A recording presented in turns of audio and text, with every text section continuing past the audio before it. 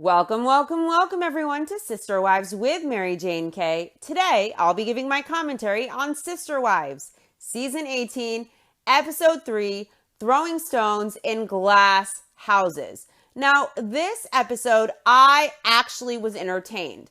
I enjoyed it. I enjoyed Janelle using her voice, saying what we were all thinking, and standing up for herself, and she did it so well. Now, Cody was infuriating as fuck, of course. He did his usual menu of behaviors: projecting, deflecting, manipulating, playing the victim, gaslighting, twisting shit, and lying. He played the victim. He even had the audacity to suggest this episode that of all things, Janelle was gaslighting him.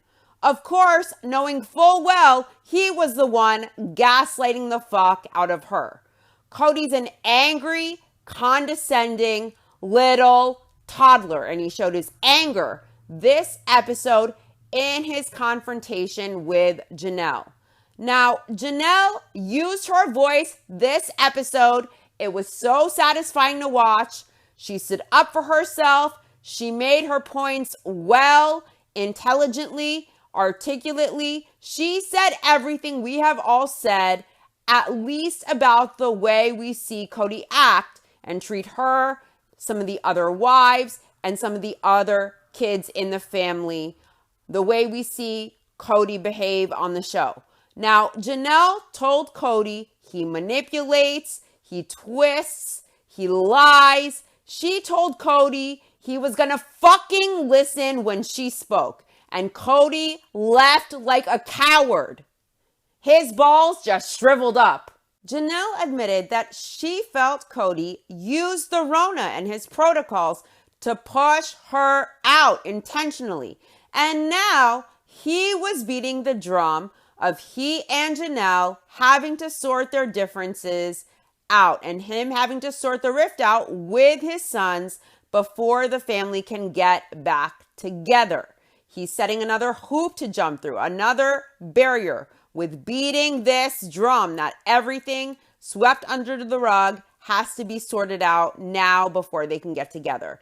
Cody blamed Janelle, accusing her of keeping him from his kids, of turning them against him. He seriously attempted to try to suggest that Janelle was gaslighting him as he was in the process of gaslighting her. Projection much. Unfucking believable with Kotex. Now, this episode, the most dramatic moment perhaps, was when Cody pointed directly at cameras, full of vitriol, shouting in Janelle's face, shouting like a moron at Janelle, saying, "You tell them, blah, blah, blah." Cody has lost it. He wanted Janelle to tell the world what a bad guy he is. Cody's lost it. He is completely unhinged. And Janelle admits that Cody did the same thing he did with Mary and Christine, and now he's doing it with her, with Janelle. He's blaming Janelle now of the same things that he accused Christine and Mary of. And she tells the truth this episode. She keeps it real. 100. Saying what we all have thought this episode. Janelle says what we all have thought. She says that Cody wants out, so he pushes out everyone. He ignores the wives, getting them to be the ones to call it quits so that he doesn't have to be the bad guy. Now, Cody admits that he's angry this episode, and he meets with his friends for some man time, where he seems to take a grain, a speck of accountability in front of his friends. But that's only because Cody's friends, these guys we've seen before, his brother Michael, the guy whose wedding he officiated, Brian, and his other friend Nathan, kind of hold Cody slightly to things, and Cody knows he probably can't bullshit them. Now, they don't hold his feet to the fire as much as they should have. Cody isn't taking full accountability at all, but he suggests, maybe there were mistakes. that his anger destroyed his relationships. But I believe he's only saying these things in front of his friends because they're not going to let Cody's man-child bullshit fly. Cody admits he didn't always make the right choices and he didn't always behave the right way. And then he fucks it all up, of course, by saying that he would apologize to Christine for some of his mistakes to free her, to release her. What the fuck? Who does Kotex think he is? Cody is the one who lets Christine run around rent-free in his mind 24/7 like an unhinged nut.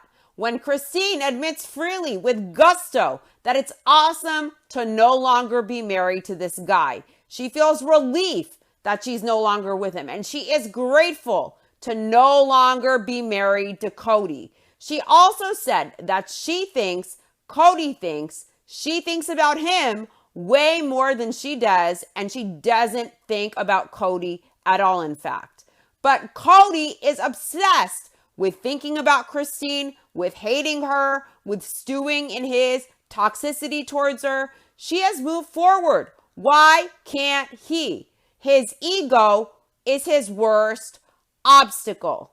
Cody says that his obstacle to his goals in life, his obstacles were his family, his wives and kids, this plural family.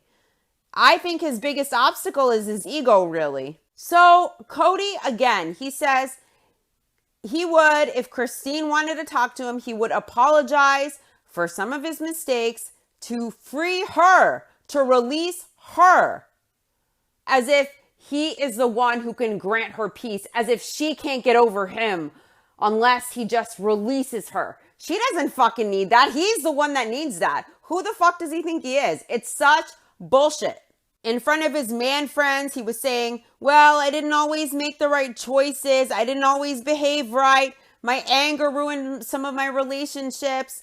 And then he fucks it all up with, well, I'd apologize, to release her, as if, he's so powerful and he has power over her and he's doing this kind, generous thing, releasing her. What the fuck? She got over him right away. She had wanted this for so long. She feels relieved.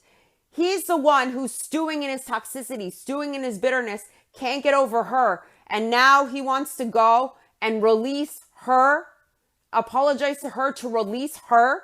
What the fuck? Get out of here. Cody's ego really is his worst obstacle. He is a scrambled freak. Seriously, this guy is a freak. He can't be the hero anymore. He can't flip the script or manage the optics. And seeing Janelle really hold her own and say her piece this episode was moving. It was satisfying to see her make her point so well. Janelle really, she maintained her composure. She was dignified. She was diplomatic, as difficult as that whole thing was. As Cody became increasingly unhinged, he was shouting, screaming, being very angry, pointing his finger in her face. It was very disrespectful and very condescending, the manner in which he was speaking to her. He became increasingly unhinged, and Janelle maintained her composure. I was cheering at my TV screen like, yes, queen, because you could tell it was like everything she wanted to say for so long just poured out, the levee broke, and out came her truth. And the way Cody responded was priceless. And it really just showed his character. It showed what a fool he is. It showed what a manipulator he is, how toxic he is, and what he is like when the mask falls, when he is confronted with the truth. When his usual playbook of toxic tactics are an effort in futility. Janelle was fucking awesome. And I seriously admired the way she handled herself with that toxic sludge. She's a boss. That's amazing. And every time Janelle mentioned one of Cody's tactics or strategies, you could see his balls shrivel up and shrivel up some more. It was amazing. God save the queen.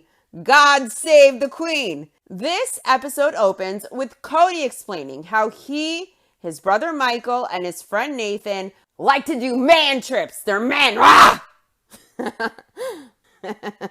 When Cody called it a man trip, I could not stop laughing at my TV.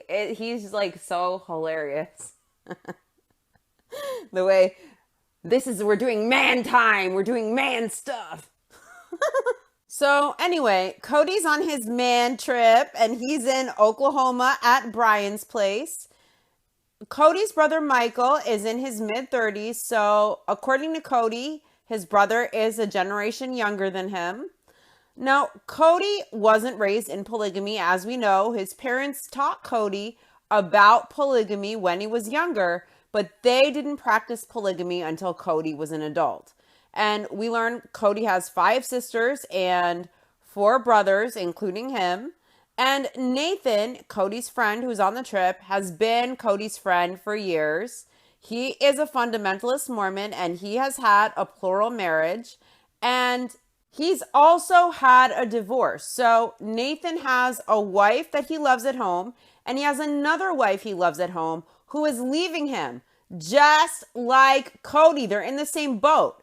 So Brian isn't a polygamist. He's also on the trip with Cody. He's mainstream, and he was a bachelor until a year ago. Of course, Brian is the guy whose wedding Cody officiated. Cody has a heart-to-heart with his friends over Sex in the City with some Angel Whisper Rosé and some bonbons as they braid each other's hair. Now, Cody tells his man friends that all he is thinking about is that Christine is leaving him. Now, Cody has been bitching with his boys about Christine. They're having a bitch fest, eating their bonbons, braiding their hair. And Cody tells them that he is bitter and he's yelling about it. And he has been whining to these men, his man friends, about his divorce with Christine. And Cody says this is like a men's group for him, going to a men's group or going to a therapy session for him. Now, I wonder who's most likely to braid Goldilocks' hair and massage in the follicle booster spray before bedtime.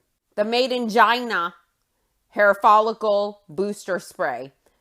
Nathan or Brian, I would say. Who do you guys think? I don't know. I'd say Nathan, but who knows? Now, Cody gives Nathan the distinction of being his dear friend. And Cody admits that he's been whining about Christine for a while. Therapy session, his guys' night, you know? Brian explains to Cody that there are stages of grief. And he says with a divorce, it's the same thing as grief. You're going to go through stages. And Brian feels like Cody might feel disbelief right now. Like, maybe I can't believe this is happening.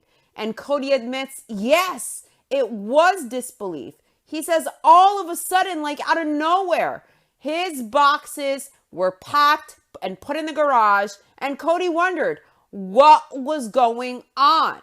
Now, I don't see the mystery. There is really no room for misinterpretation. Why would Cody play act at being befuddled by Christine drawing the line and wanting him out? He refused to attend his daughter's major surgery, and then he tried to manipulate Christine by using sex as a bargaining chip to attempt to get Christine to be friendlier to Robin. Among other things, Christine then wanted Cody to no longer sleep there. She voiced what she wanted, what her boundary was. She probably felt hurt. She probably felt betrayed around Cody. She probably felt unsafe around Cody.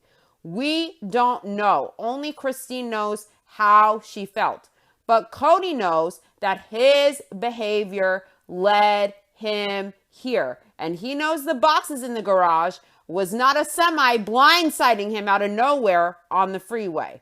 Cody was in disbelief, and he says he was shocked when Christine moved his stuff into the garage.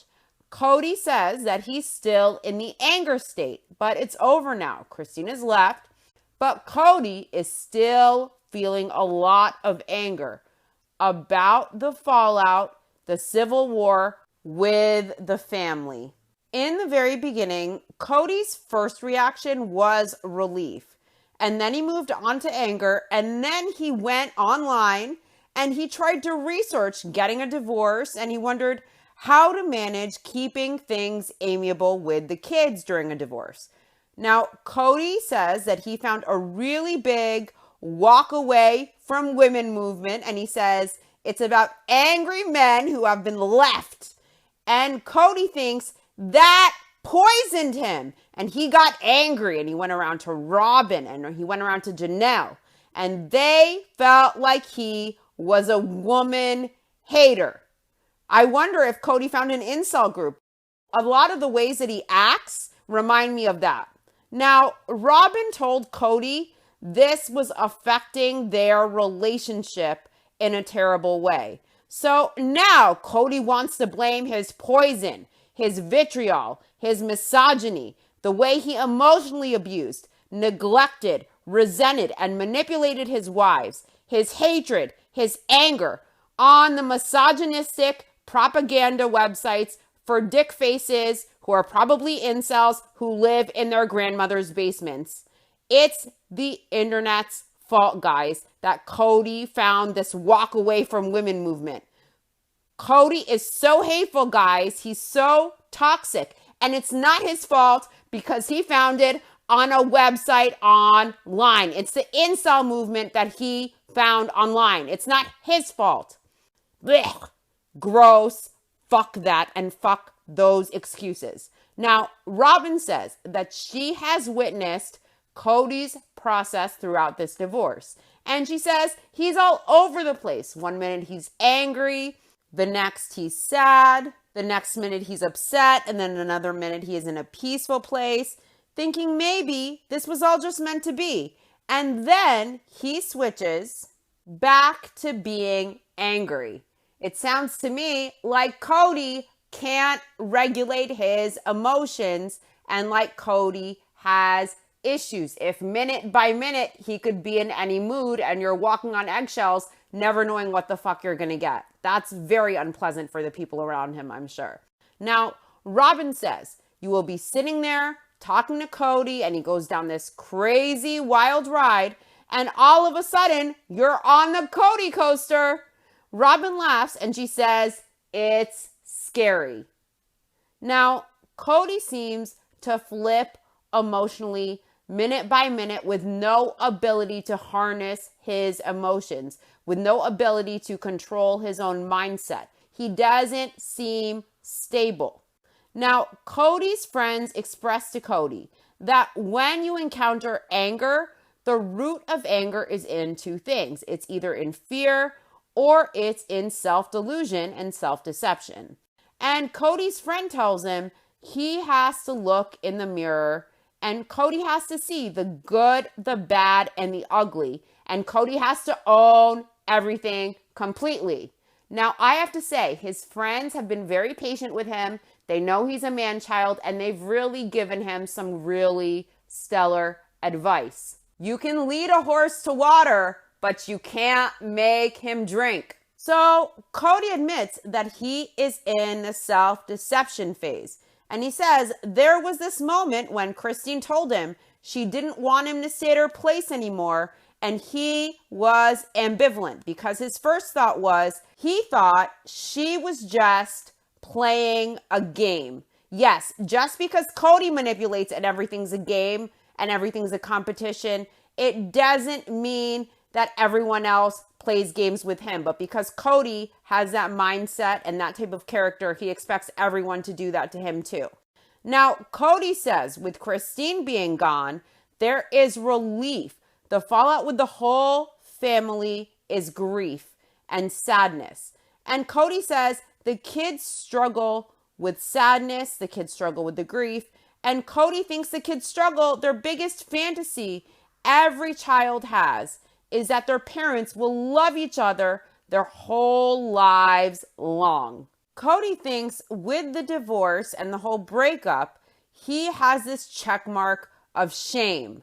Notice the shame isn't for Cody regretting the trauma and the hurt he caused others in his family with his bad behavior.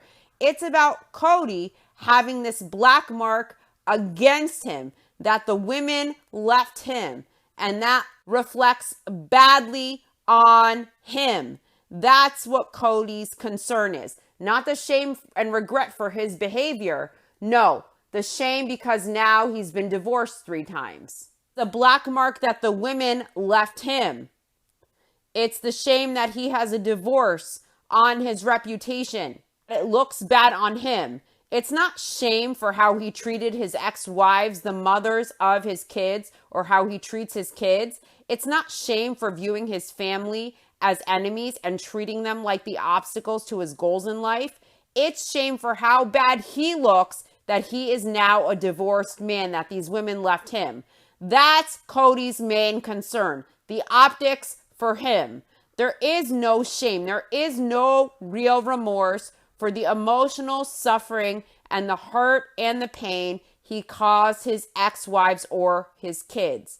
This is about Cody and his reputation and his image and how he will look now as a divorced man. How he will look now that the mask has slipped.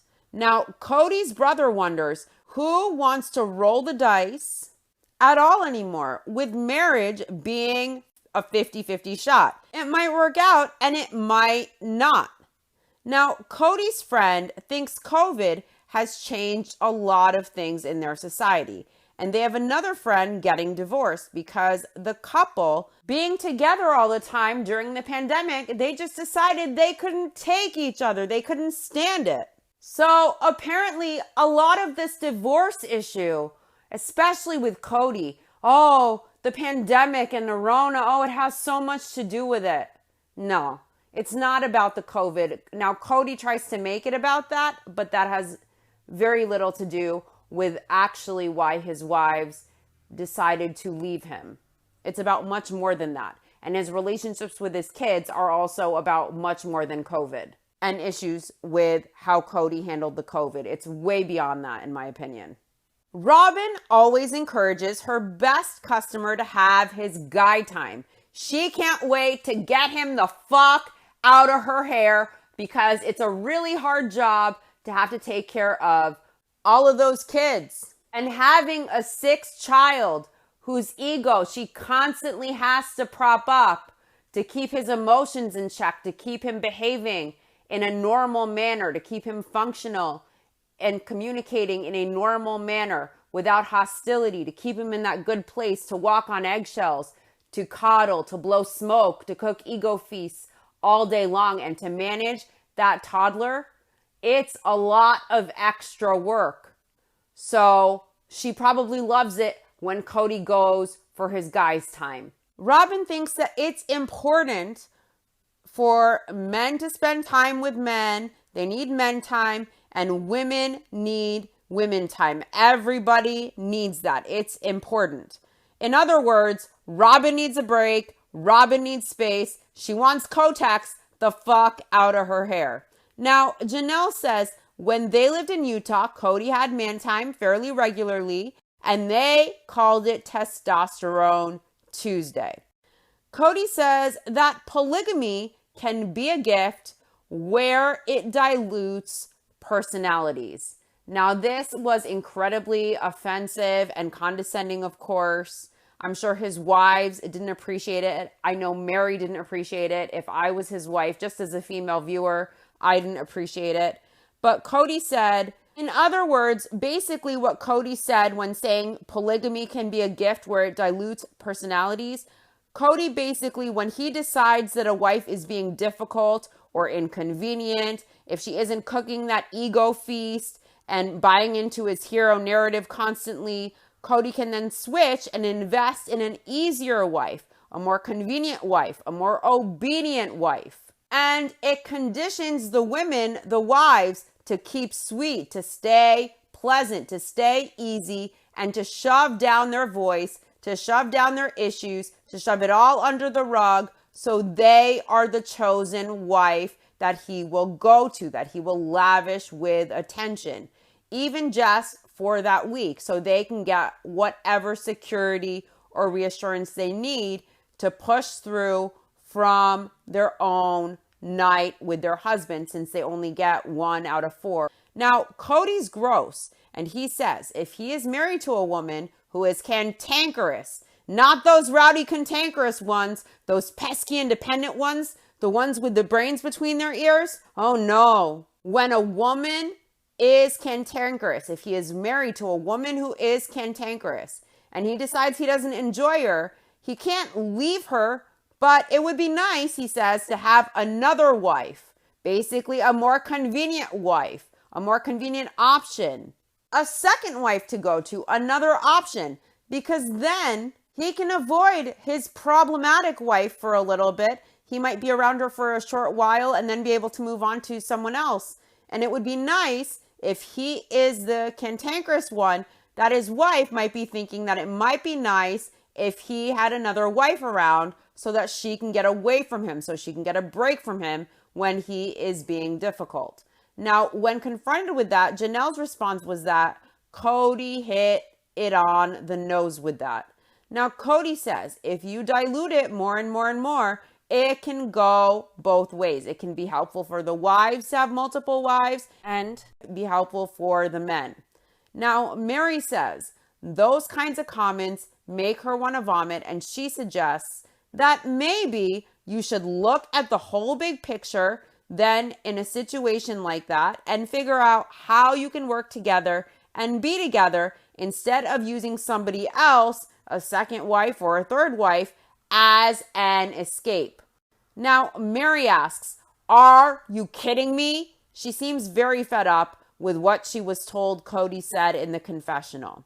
She knows that's bullshit. She knows it's insulting to women who participate in polygamy, as if they are just there to be a more convenient option for their husband, a go-to when another choice, another option for the husband is difficult that day.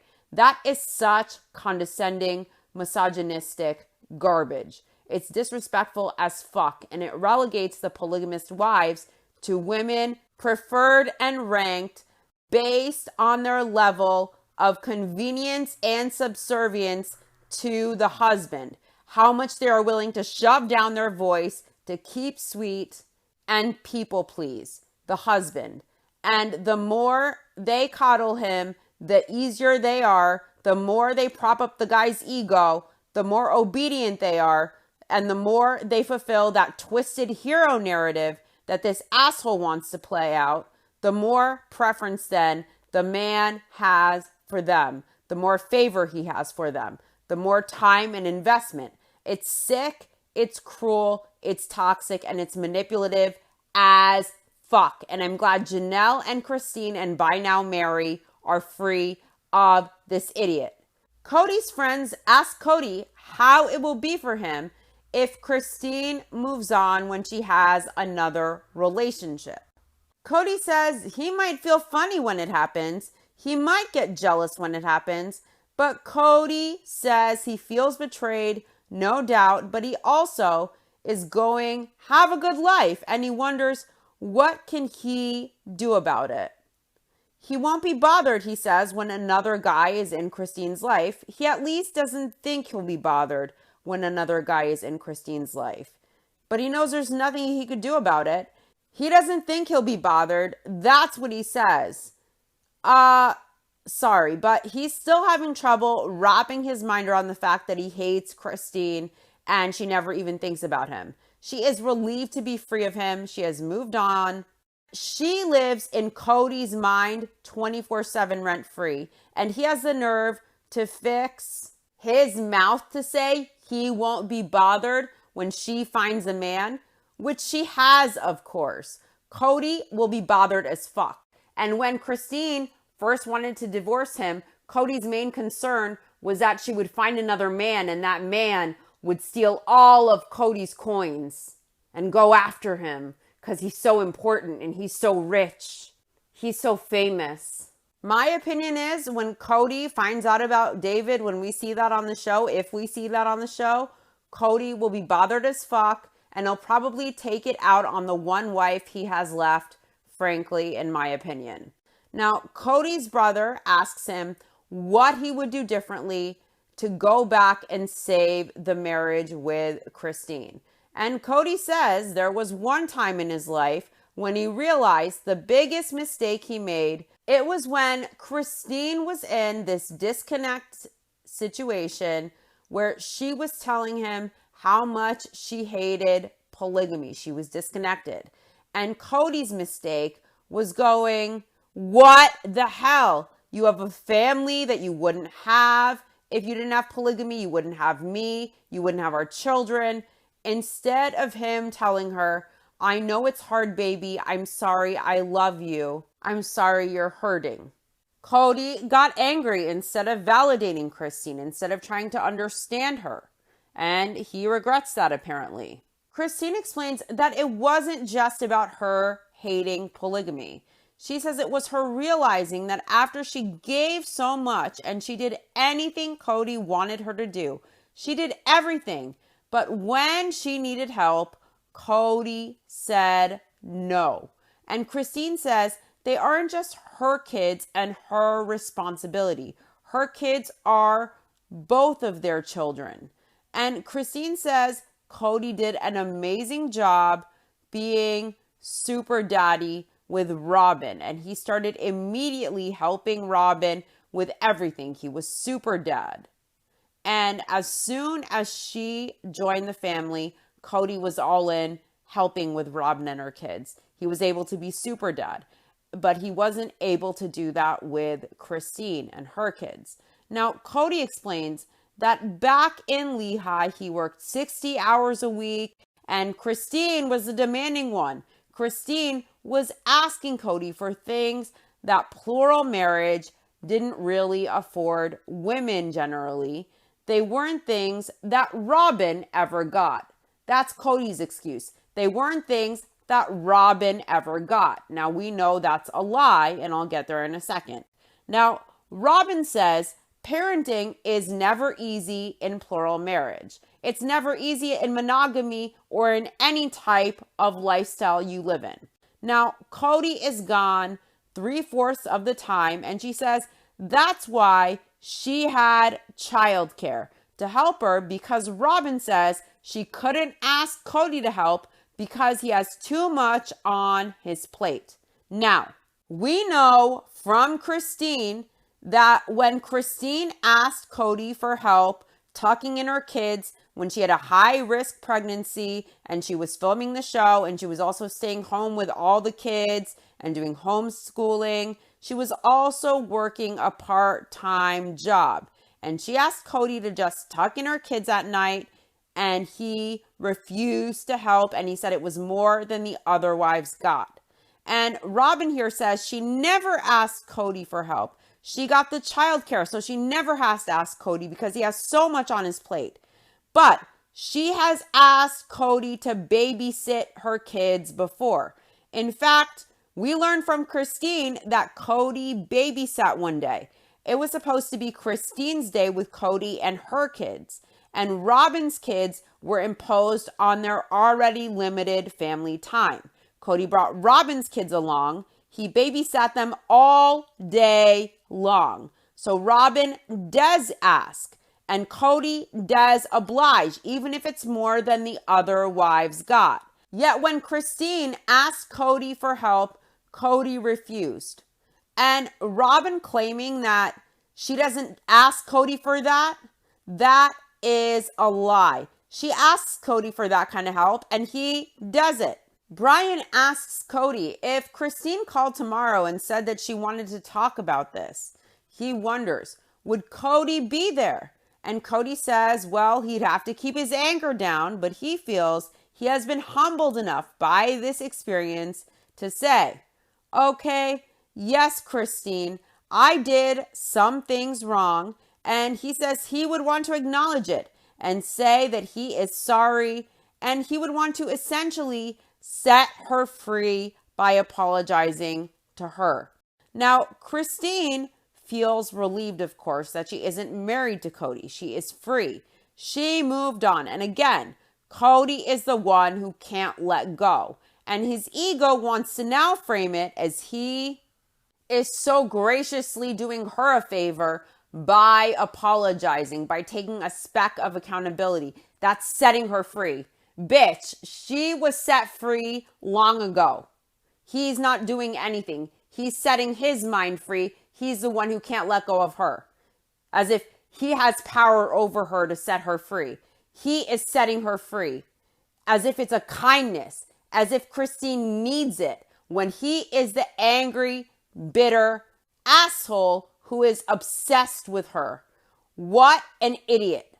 Now, Brian tells Cody when he is looking into his other marriages, he will now know what not to do. He'll know what not to do now. And he'll know that 100%.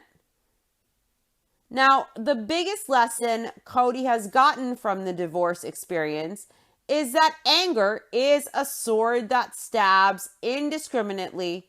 And Cody says his anger was affecting everybody else. And the kids wondered what they did to their dad. They were asking, Mom, what did we do to Dad?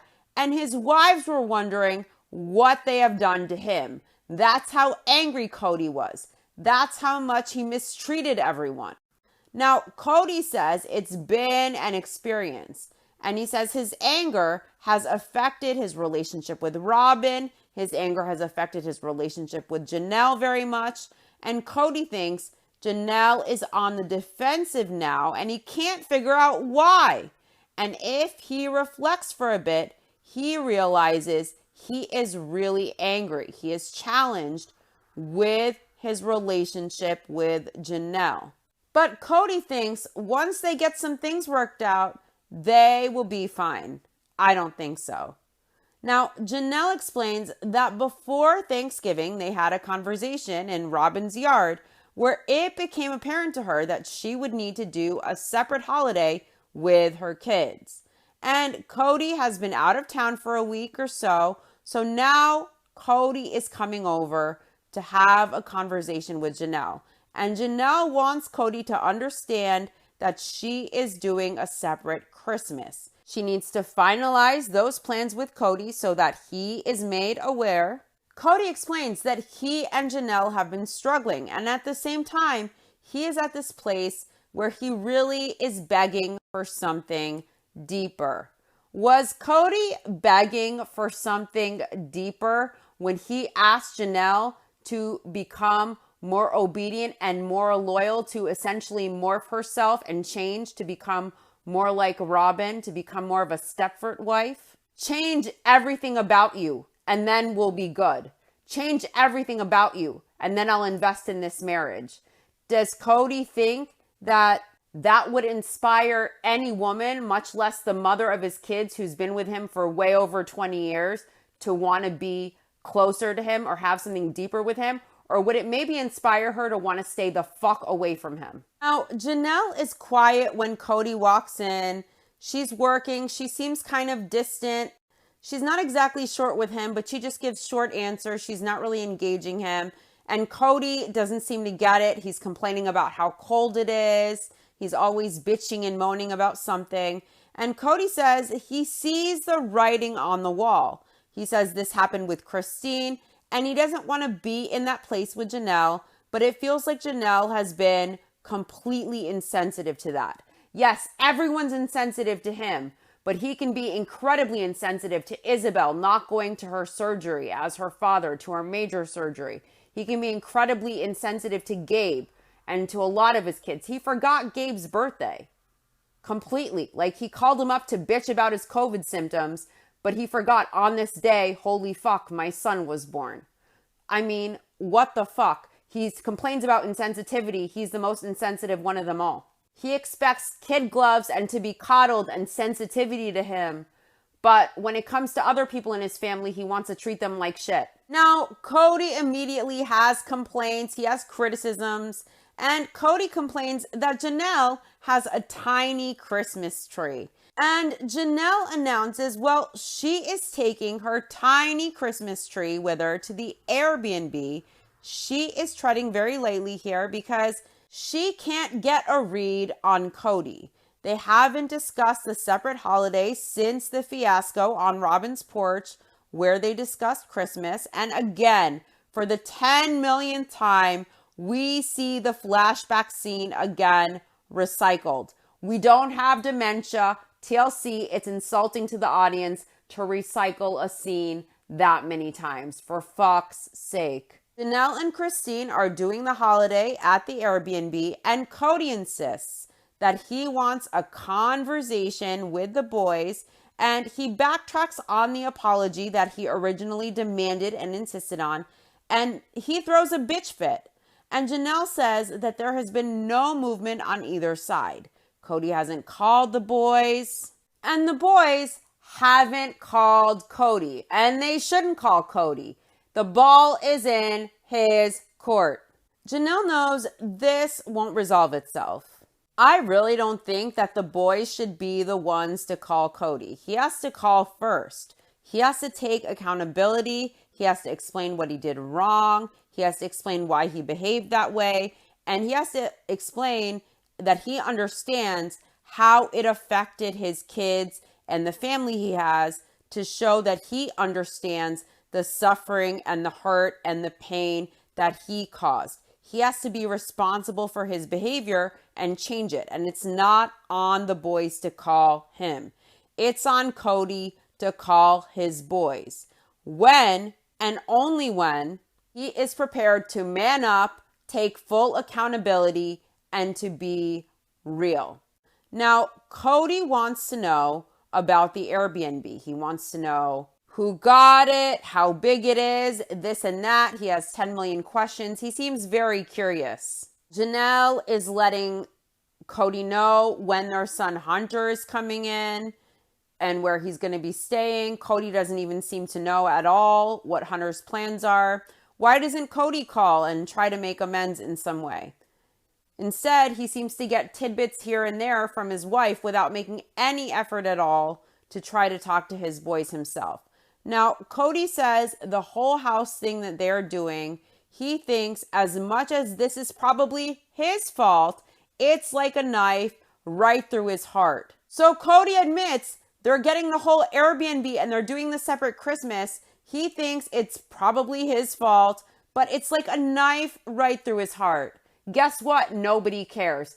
It was like a knife right through Isabel's heart when she was crying in the confessional about her father not going to her major surgery, about not feeling important enough, like she mattered enough, like she was loved enough for her father to prioritize her during major surgery. It was also heartbreaking to see Gabe cry. It felt like a knife through his heart to see him cry, that his dad would call him to bitch about his Rona symptoms, but not to remember, wow, this is the day my son was born. My son matters enough to me that I remember his birthday. This is some fuckery. No one cares about the knife through his heart. He didn't care when he put knives through everyone else's heart, did he? Cody isn't a victim. Cody feels like Janelle's Christmas tree represents the complete degradation of their family unit. And Cody feels overwhelmed by this. And then he says he feels an adrenaline rush and it's absolutely heartbreaking to him. Oh, poor victim. Oh. Cody wants to know who is getting the short-term rental. He wants to know how big it is. He really has all the questions. He's a nosy fucking Nancy. I would have been like, sir, are you paying for this? Are you planning on visiting your sons there and being a man? You don't get to ask questions about the fucking Airbnb, not your place. It's unbelievable the amount of questions he had. Janelle divulges way more than I would have. She tells Cody that she and Christine are sharing the rental and Christine is going to come after Christmas because Isabel and Truly really want to see him. Now, Janelle's boys had wondered if their dad might come over. Janelle wasn't optimistic. And Cody says, no, he isn't coming over. He says he has a house. He has a place where they would have Christmas. And Janelle tells Cody he put a stipulation on it. And Cody says, no, he just wants to talk to his boys. And he points his finger at Janelle and he starts getting really irate. And he tells her They aren't going to. And he starts doing his thing, trying to talk over Janelle. And Janelle tries to speak. She tells Cody he told her, and Cody won't let Janelle even get a full sentence out. He's very rude. He's disrespectful. He's talking over her, raising his voice, pointing in her face, being rude as fuck. Cody interrupts her before she can get out the full sentence about he told her the boys had to apologize. And he tells her, no, no, no. He backpedals and he says, Janelle, she can ride that all she wants, but he corrected that completely. Whether he took it back or not, it was still inappropriate of him to ever suggest that the boys should apologize. Janelle tells Cody that he kept flipping it on her and he corrected it too late. And she already told the boys that unless they apologized, they couldn't come to Christmas. And Cody asks Janelle if she corrected it when he backpedaled. And I just want to point out, when Janelle mentions, well, Isabel and Truly really want to see you, all Cody says is, yeah, dismissively, like full of anger. Yeah, like he's not excited, doesn't really want to see them. Not, oh, I'd love to see my girls. Oh, this is an opportunity for me. He keeps saying that he doesn't get access to his kids. He doesn't get to have good relationships with them. Here the girls are coming, traveling all the way to Flagstaff, saying they want to spend time with their dad. And his reaction isn't, oh, yay, I get to have a relationship with my kids. It's so important to me. I want to see my kids. His reaction when Janelle mentions, Isabel and Truly really want to see you. Yeah. Notice he gets access to his kids. He gets to see his kids. He doesn't want to. His reaction, yeah. Now, Cody asks if Janelle corrected it when he backpedaled and it changed from an apology to a conversation. Now, in confessional, Janelle asks what kind of conversation could even happen without her boys issuing an apology to make it safe first. And she does air quotes when she says this. She says, what kind of conversation could happen without our boys issuing an apology to make it safe for them to get together to even have a conversation? Janelle knows how it's going to work, that ultimately the boys are going to have to apologize. She says the mechanics are still the same, whether it's called a conversation, whether it's called an apology. Now, Cody tells Janelle to stop misrepresenting him to his kids. He tells Janelle to stop representing for him to his kids. Now, Janelle never misrepresented anything. And Cody refuses to talk to his sons directly. His balls are shriveled. He acts like a petulant coward. Now, he demanded the apology, and then he realized it would be a cold day in hell before he ever received one. It would be a cold day in hell before anyone ever kissed the rings of he and his shop lady. And he then backtracked and he changed the apology to a conversation at Robin's urging that it's a conversation, not an apology. And that conversation would technically still require an apology. So Cody felt that it was safe to even have the conversation. So I just want to be clear that in my opinion, nothing was misrepresented at all by Janelle. And let's note, Cody has made no effort to call his sons or to communicate or to initiate any type of conversation. He just wants to make demands on TV, and through his ex-wife, he wants to make ridiculous demands he knows can never be met if anyone has any respect for themselves. And then he blames Janelle for misrepresenting him after backtracking, trying to renegotiate the same irrational demand just by framing it differently. It's absolute bullshit. Whether it's referred to as an apology or a conversation, Cody still expects the same demands.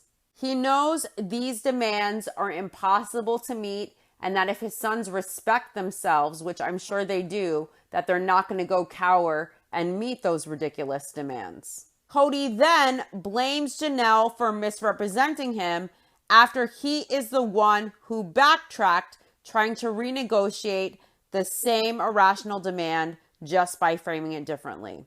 Now, Janelle tells Cody to call his boys himself, and she says he always puts it back on her. And Cody tells Janelle that phone goes both ways, and he has been available to talk to them as if the kids should be the ones to call him.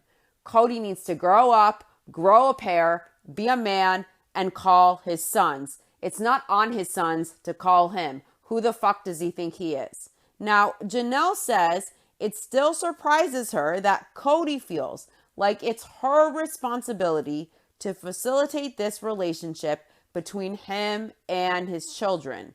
He is a parent as much as she is. And Janelle says all this stuff, Cody is just flipping this back on her. Janelle did a beautiful job managing Cody and communicating and having this conversation with him. And Cody was incredibly disrespectful. He lied. He used all of his toxic tactics. Janelle called him out. And when none of his usual methods work, Cody's balls shriveled up and he walked away like a coward instead of facing it like a man and having a conversation and respecting the mother of his kids. Now, Janelle says Cody is flipping everything back on her. And Cody says he flips it back on Janelle because it belongs on her. And Janelle tells Cody it doesn't belong on her. She asks Cody, why does it belong on me? Why does it belong on me?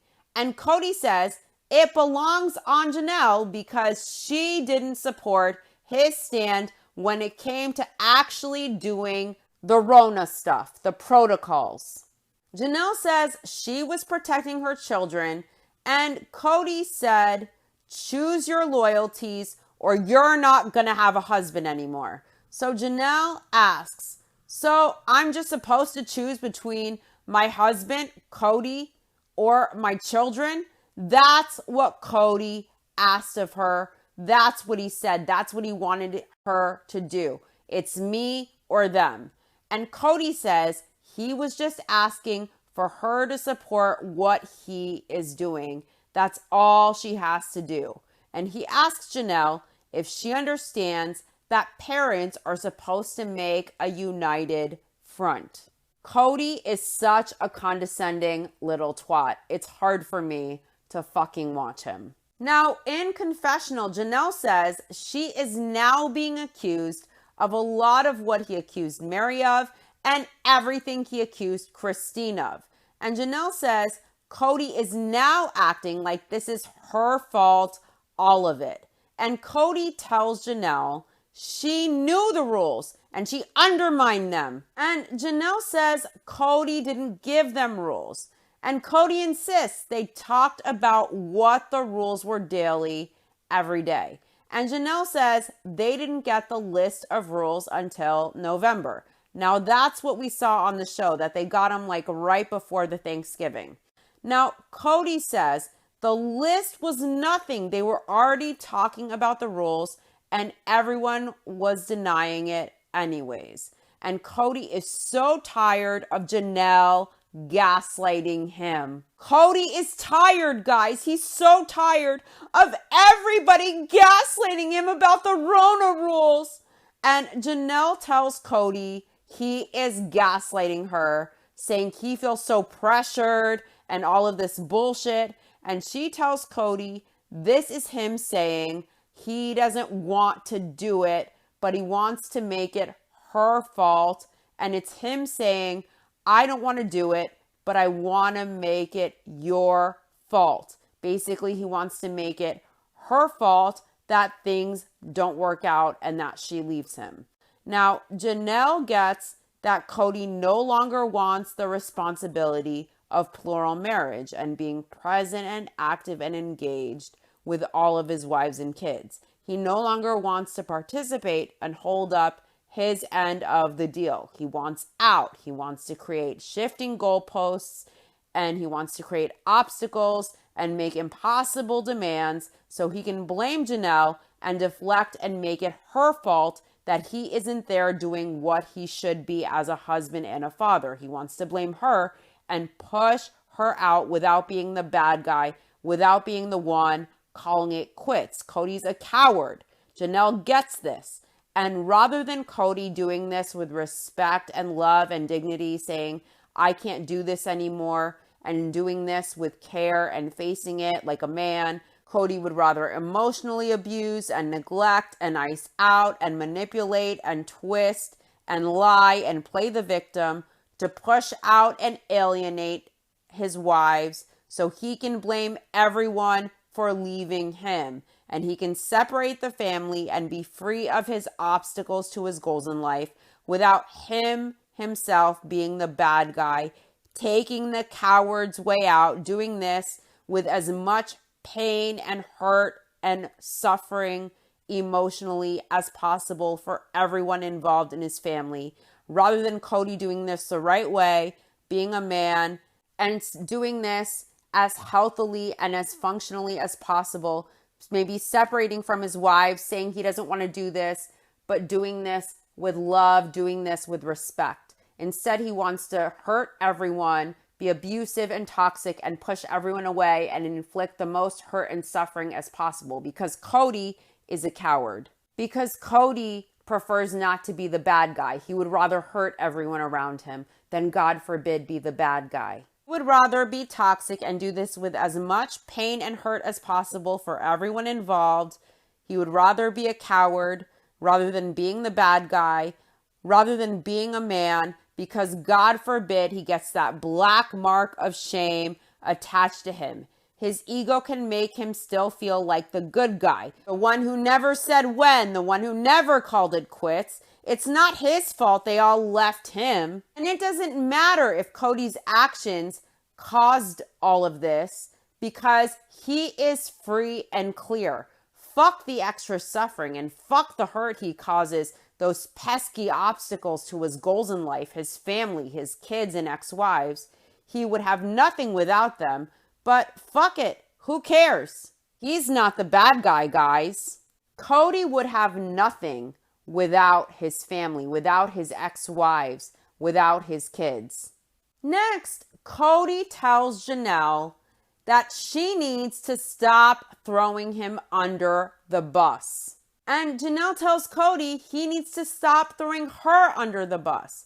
And she says he acts like this is her fault. And he has somehow set her up like this is her fault. And she asks, the Teflon Queen, isn't that what he said? Isn't that what he called her? And of course, Cody did call Janelle the Teflon Queen. That's the name of one of the episodes in an earlier season.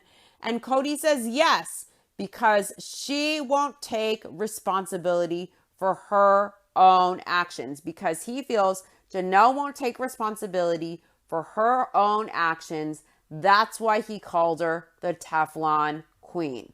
This is all bullshit and projection, of course. Janelle takes accountability. Cody takes zero. Cody wants to focus on everyone else's accountability, but he'll never focus on his own. Or what about his precious Robin's accountability?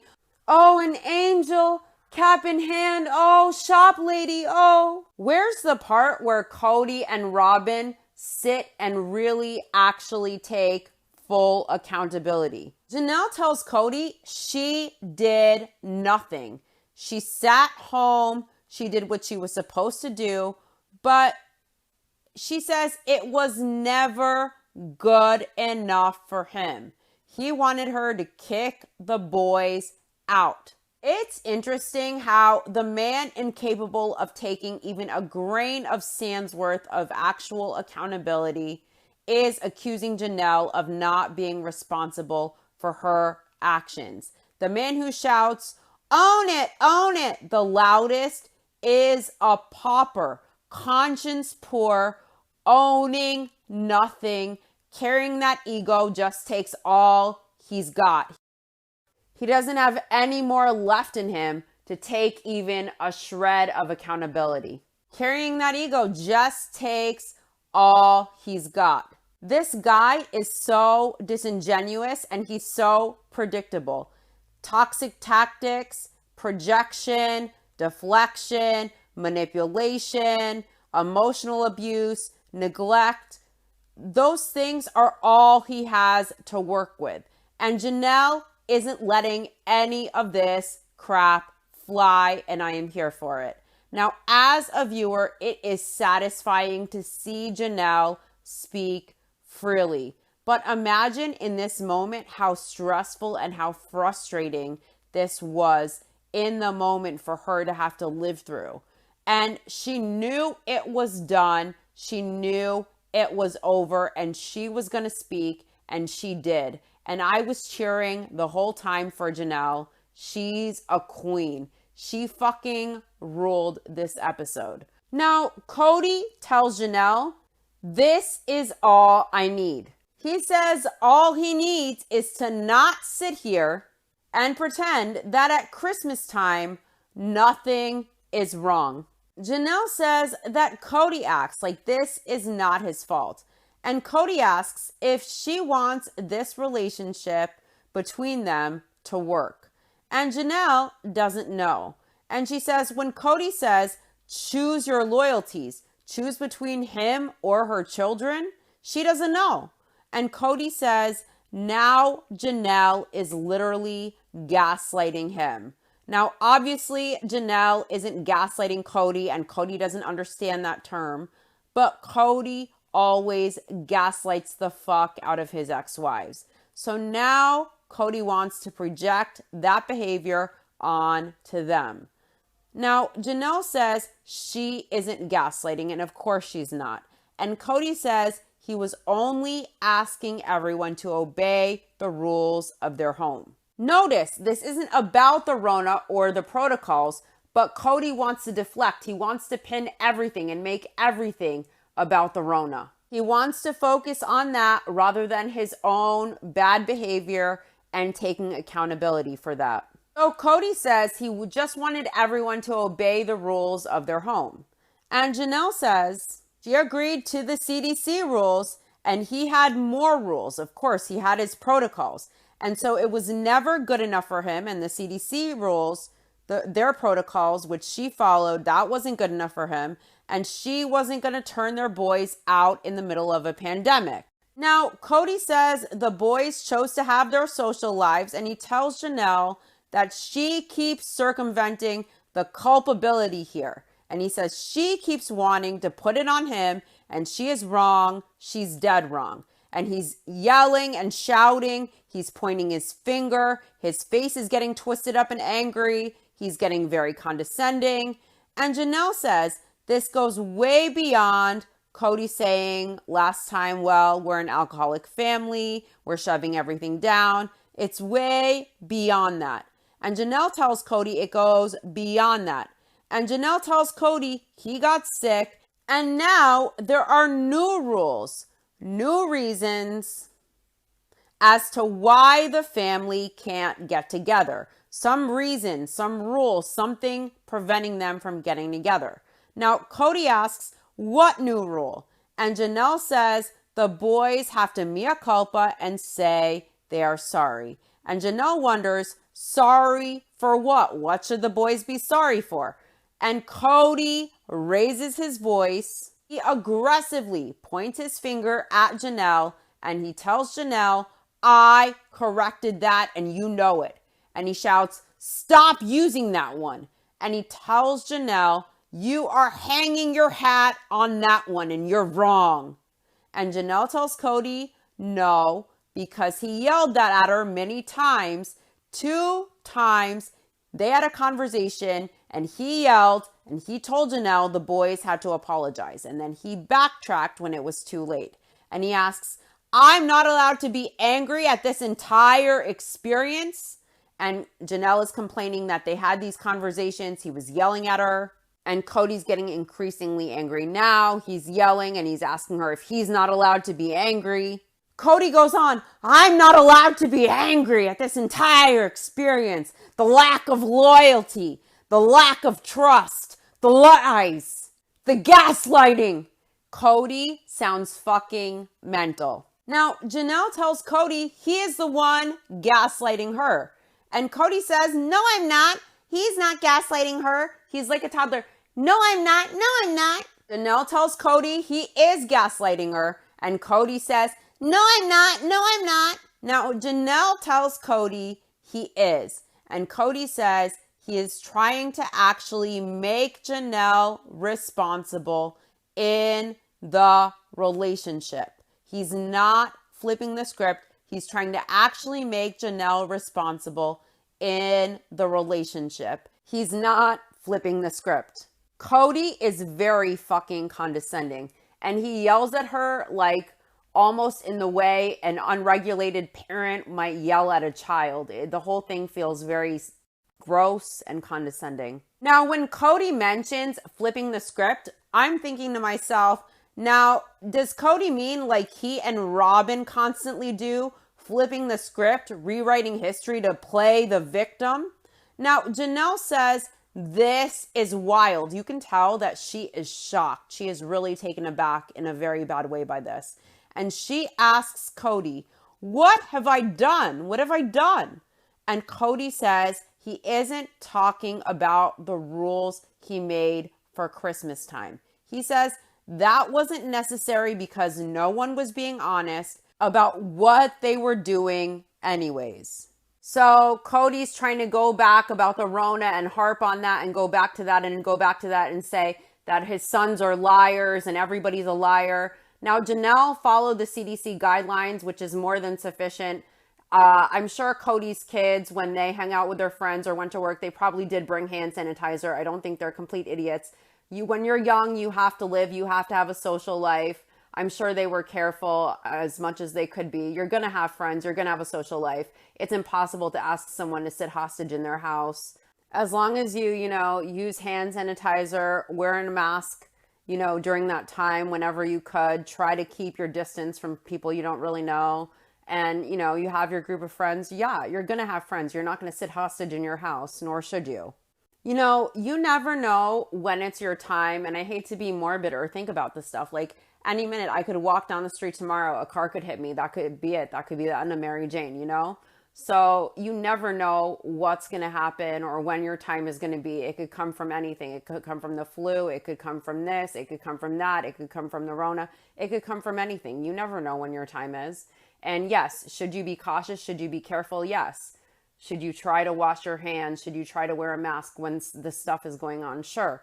But should you stop your life and stop living because, oh no, this could come or that could come? Anything could come at any time. So you don't stop living your life. Be cautious, be careful, but you can't be paranoid and you can't be afraid and you can't stop living.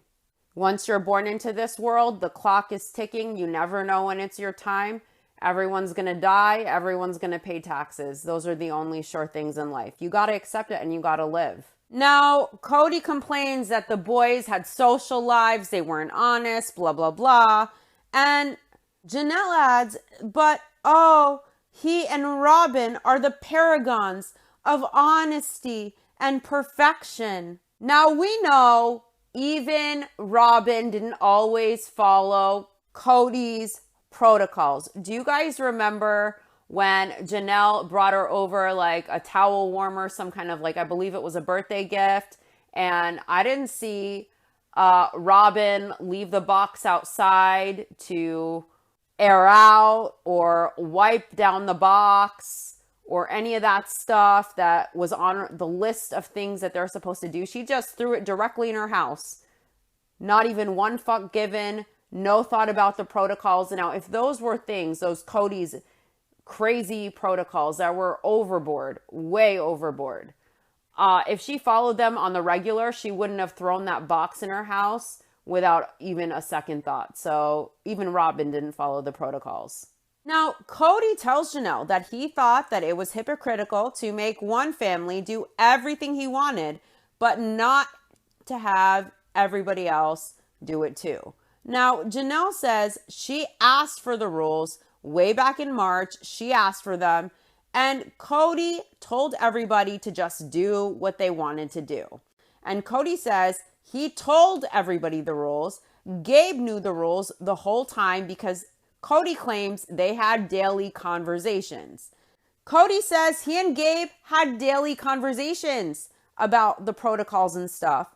And that's why he knew Gabe was gaslighting him. Gabe wasn't gaslighting his dad. He probably knows how intense his dad is, how overboard his dad is. He knows it's bullshit. He knows maybe he sees his friends, but he is careful. And he knows his dad will have a fucking coronary. And he just wants to have a life. He's not going to be dictated to and controlled. He's not going to be held hostage in his home. I'm sure he's a smart enough kid to use hand sanitizer. And if he absolutely has to, if he's in a super crowded place, he's going to throw a mask on in that pandemic time. They're not stupid.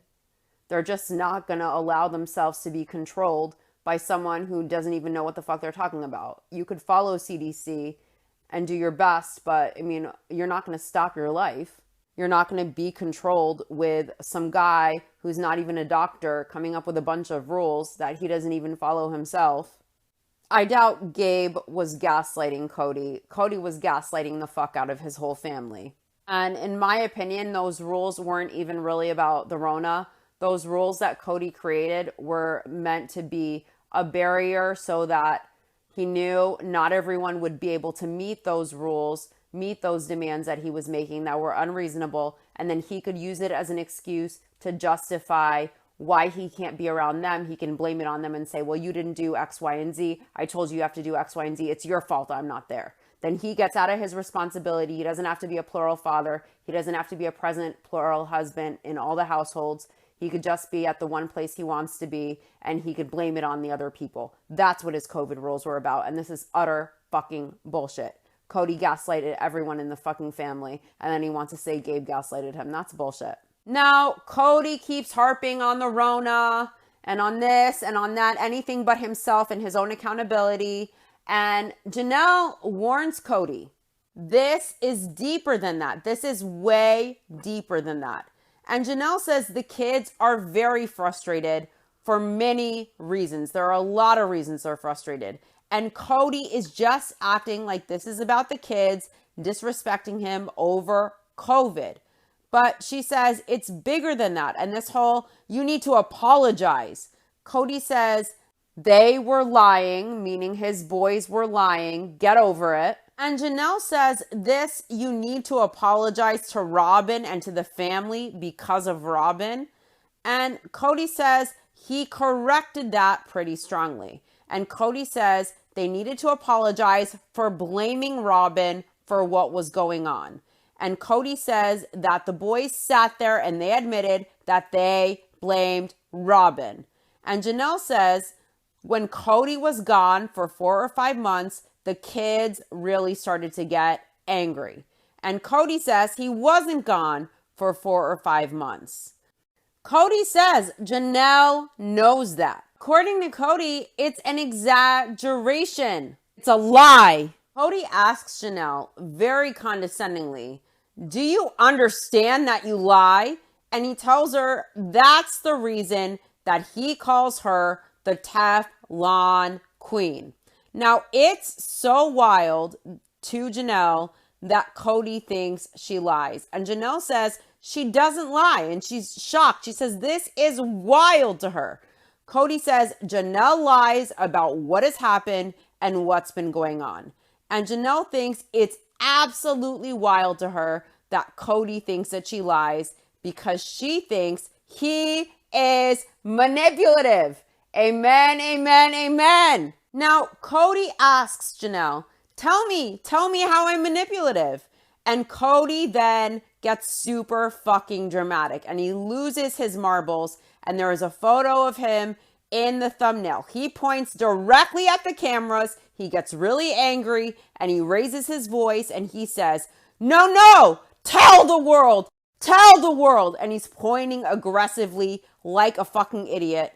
He's pointing at cameras and he says, tell the world, and then go hang out with your buddy, Christine. He says, tell the world. He's pointing at cameras. He's gesturing, screaming in the camera. Tell the world how I've lied, how I've manipulated, how I've done you wrong. And Cody says that Janelle likes to sit right here on the confessional couch, shit-talking him without ever having that conversation with him to his face. And Janelle admits this is one thing about them being public and their lives being recorded. They hear things that they don't say to each other, that they don't say to each other's faces. Next, Cody tells Janelle he made all the efforts to love them, his kids. He made the efforts to join them together. He made the efforts to make everything work. He made the effort. He was Atlas carrying this family on his shoulders. And the minute that he shrugged it off, now I'm not even going to get into his reference here into Atlas Shrugged and those ideologies and things, but Cody acts like he made this huge sacrifice when it is his duty and it's his responsibility to be a father to all of his kids and to uphold his family. It's his job to make efforts, to be inconvenienced, and to hold up his end of the deal and to own his choice to have a plural family. He made this choice to have a plural family, and he doesn't get to bandy it around. Look at all I sacrificed. Look at all I did. This is what he is supposed to do, as if he deserves a fucking prize for it, as if he did so much. Listen, Cody falls short, and Cody didn't hold up his end of the deal with the 4 women he built this family with. He also dropped the ball with his kids. And Cody now wants to carry around his sacrifice like a trophy. When does Cody ever recognize the sacrifices Christine made to raise and nurture his kids? When does Cody ever recognize the sacrifice Janelle made as the primary breadwinner for his family?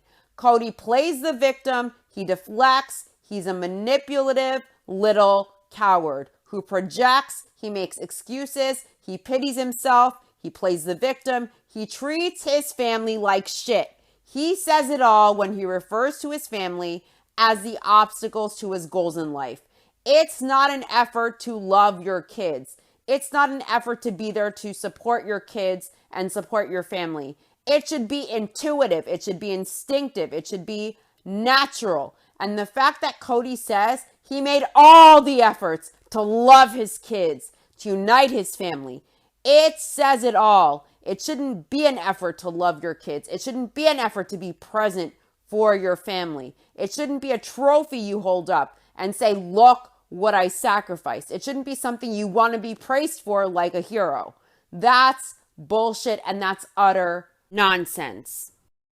Now, Janelle says she thinks he just said he didn't want to be a polygamist husband anymore. Janelle speaks the truth. She tells Cody he is trying to do this all to try and justify. She says Christine is gone and now he is pushing her out the door. Cody says he isn't pushing Janelle out, and he says he showed up there, didn't he? And Janelle says he is forcing her to choose between him or her children. And she says it's been a week. Cody has gone a week without visiting, without even calling, and she doesn't know when he is even going to come over. He's doing weird things, and Cody asks Janelle if she is really doing a relationship with him. And he tells her he needs her to stop blaming him for everything. He needs her to start being culpable for what she has done. Cody says the boys lies and he couldn't get them to abide by the rules. And Cody says the boys didn't like his Rona protocols and they were young and they didn't think they would be affected by it. And their attitude was, sure, Dad, whatever. They continue to date, they continue to socialize, and they continue to see their friends. Of course they did. And they brought the Rona home from that whole time. They said that they were being careful and they were doing what their dad said, but they weren't. And Cody tells Janelle that the boys blamed him for the choices they made. Cody says they were not culpable. When is Cody ever culpable for anything he does? When does Cody take the accountability?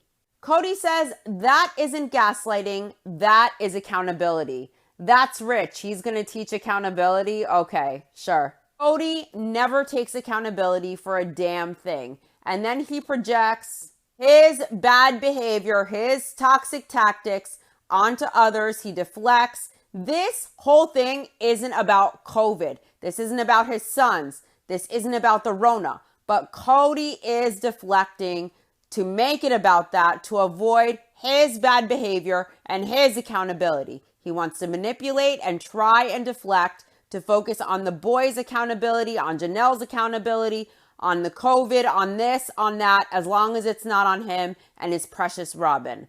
Now, COVID is a real thing. And yes, if you have pre-existing conditions, it can be dangerous. Anything in life can kill you. You can cross the street and a car can hit you and it can be your time. You can get the flu, the Rona, anything can happen. You never know when your time is. Now, you can follow CDC guidelines, but you still have to live your life. You can't be held hostage in your home because something might happen.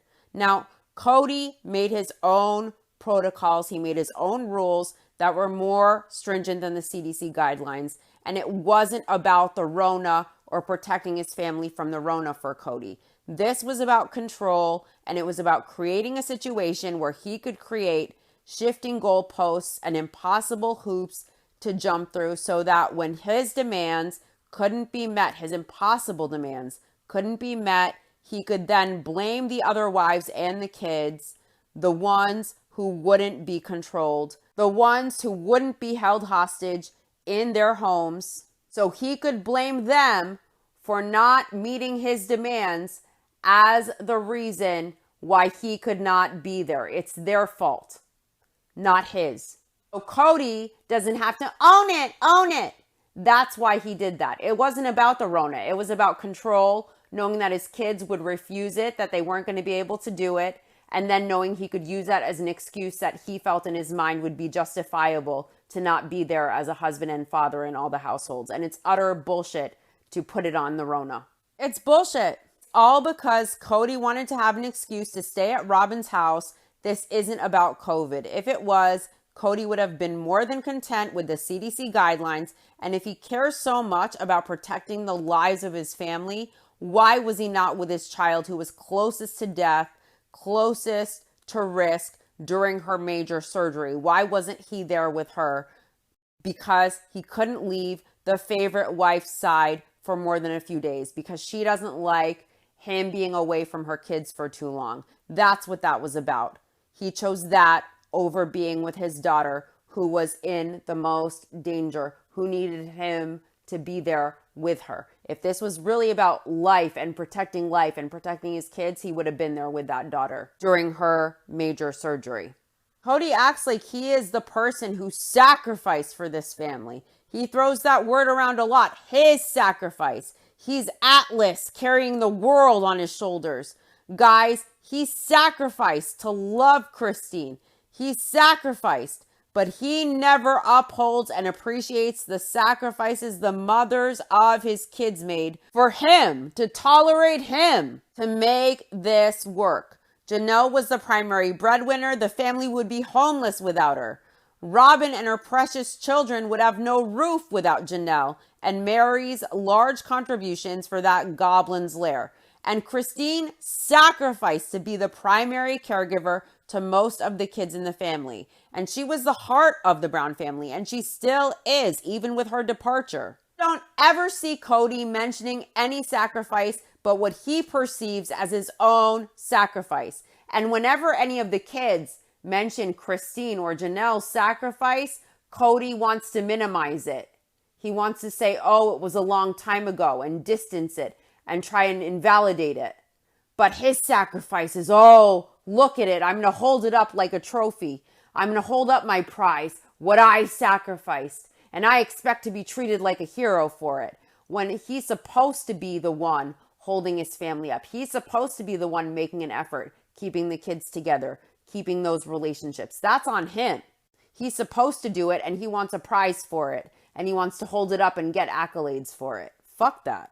Cody uses COVID and the protocols as a deflection, as a place-to-place blame, as a place to deflect on others, to remove the accountability from himself in his failed relationships, to shift the blame onto the others. This isn't about COVID and keeping his family safe. Janelle and her kids did nothing wrong. They may have traveled, they may have had social things, but they followed the CDC guidelines to the best of their abilities. That's really all anyone can do. You can't stop living just because you could die. There's always a possibility that you could die any minute of every day, COVID or not. Once you're born, that's it. The clock is ticking and you never know when it's your time. Now, during the pandemic, Cody's family needed him.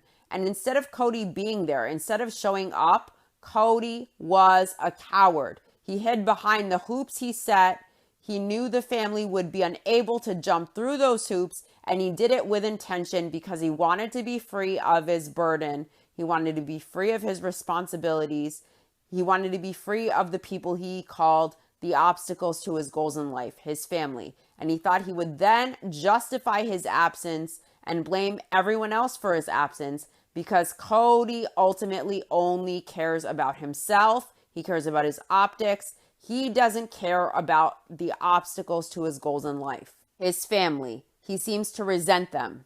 The Rona wasn't first brought into the family by the boys. It was first brought into the family, at least from what we see on the show, from the gathering at Robin's house when the nanny had just gotten COVID a few days before. That's where it originated in Cody's family. They had a family gathering. It was Ari's birthday, and then people started getting sick. Now, Janelle says Cody made this about all these other problems that they had, that they can't sweep under the rug. Now that's the new hoop to jump through. And Cody says he did not. He keeps yelling it like a toddler. I did not. I did not. Now, Janelle says, wow. When Cody starts just going off the deep end, she looks shocked. She looks floored and she just says, wow. She is shocked. And Cody tells Janelle to stop talking like he is just an idiot here. And Janelle asks Cody to please stop talking to her like that. Cody is incredibly rude. He's so disrespectful. And he tells Janelle that he has seen what she has done the entire time. And he's really talking down to her like he is the parent and she is the child. I've used condescending a million times in this episode, but that's exactly how Cody is behaving. And Cody says, number one, Janelle undermined the basic rules he had. She made fun of him to the boys. That's what he thinks in his paranoid mind. And he asks Janelle, have you ever had my back? Have you ever been a team with me? Have we ever co-parented? Cody tells Janelle her co-parent was Christine, and he asks her why. And Janelle tells Cody it's because he was never available and he has never been available and he showed favoritism. Cody's response is that is such a lie, and he says it's an excuse, and he says that's every excuse every polygamous woman that finds a problem with polygamy makes, that the husband has a favorite. Cody says it's bullshit. Janelle says it's wild to her because Robin is so perfect. At least in Cody's eyes. I don't think anyone else thinks she's perfect. Now, Cody points at Janelle and he asks, when did I say that? When did I say Robin was perfect? Cody then accuses Janelle of being jealous. He says Janelle is jealous and she is bringing Robin into something that isn't hers to be owned. There's a lot Robin could own, of course, but she will never take accountability, ever. She's just as toxic as Cody, if not more. They're probably equal as far as toxicity goes. Janelle says Cody made this about something way bigger than COVID. It's about something way bigger than COVID. And Cody says, no, the boys made this about Robin, and that's the only reason Robin ever got brought into it. Fuck no, this has nothing to do with Robin being brought into this because of the boys, because of COVID. Robin was an issue since day one when she came into the family, and she was the favorite since before they even got married. When Robin came into the family, Cody stopped doing fair and equal across the board, and he invested more in Robin and her kids. And also, Christine, Janelle, and Mary saw that Cody was capable of more. He was capable of giving a higher level of investment, of giving more, of really being there as a father, of being present, of being communicative. They saw Robin get all that while they got crumbs. It's not the boys' fault that Robin got brought into this. And Robin didn't get brought into this just because of COVID. Goblin got brought into this from day one when she received different treatment and different levels of investment than everyone else for herself and for her kids. Cody goes back to the same broken record, and he doesn't think Janelle has ever admitted her culpability in the problems in this family. And Janelle thinks it's wild that Cody is blaming her for this. It's preposterous. Cody says he isn't blaming Janelle for everything. He just needs her to back him up. And Janelle says Cody is the one who said that the boys couldn't come until they apologized.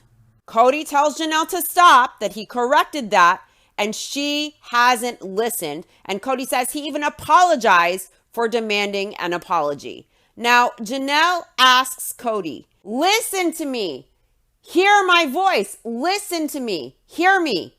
And she says, Cody didn't apologize. And Cody says he did apologize for asking for an apology. He apologized 4 weeks ago. He apologized, and then he said he needed to get together to talk with the boys, but it wasn't about them apologizing any longer. It became a conversation. Janelle disagrees. She says that's not how that happened, and it was after she already made her plans when Cody decided to backtrack. And Cody had admitted that he had the conversation with Janelle a couple of times about the boys apologizing. He was very insistent on it, and then suddenly at the last minute he backpedaled. So he admitted at one point why he could see why Janelle had thought that and communicated that to her boys, because he was insistent on it several times. And then suddenly he backtracked and changed the apology to a conversation. So at one point, Cody agreed that yes, he had asked for an apology. They had a conversation where he understood why Janelle requested of the boys that they needed to apologize because he demanded that, and that he understood why basically this whole situation was happening. Now he's changing it.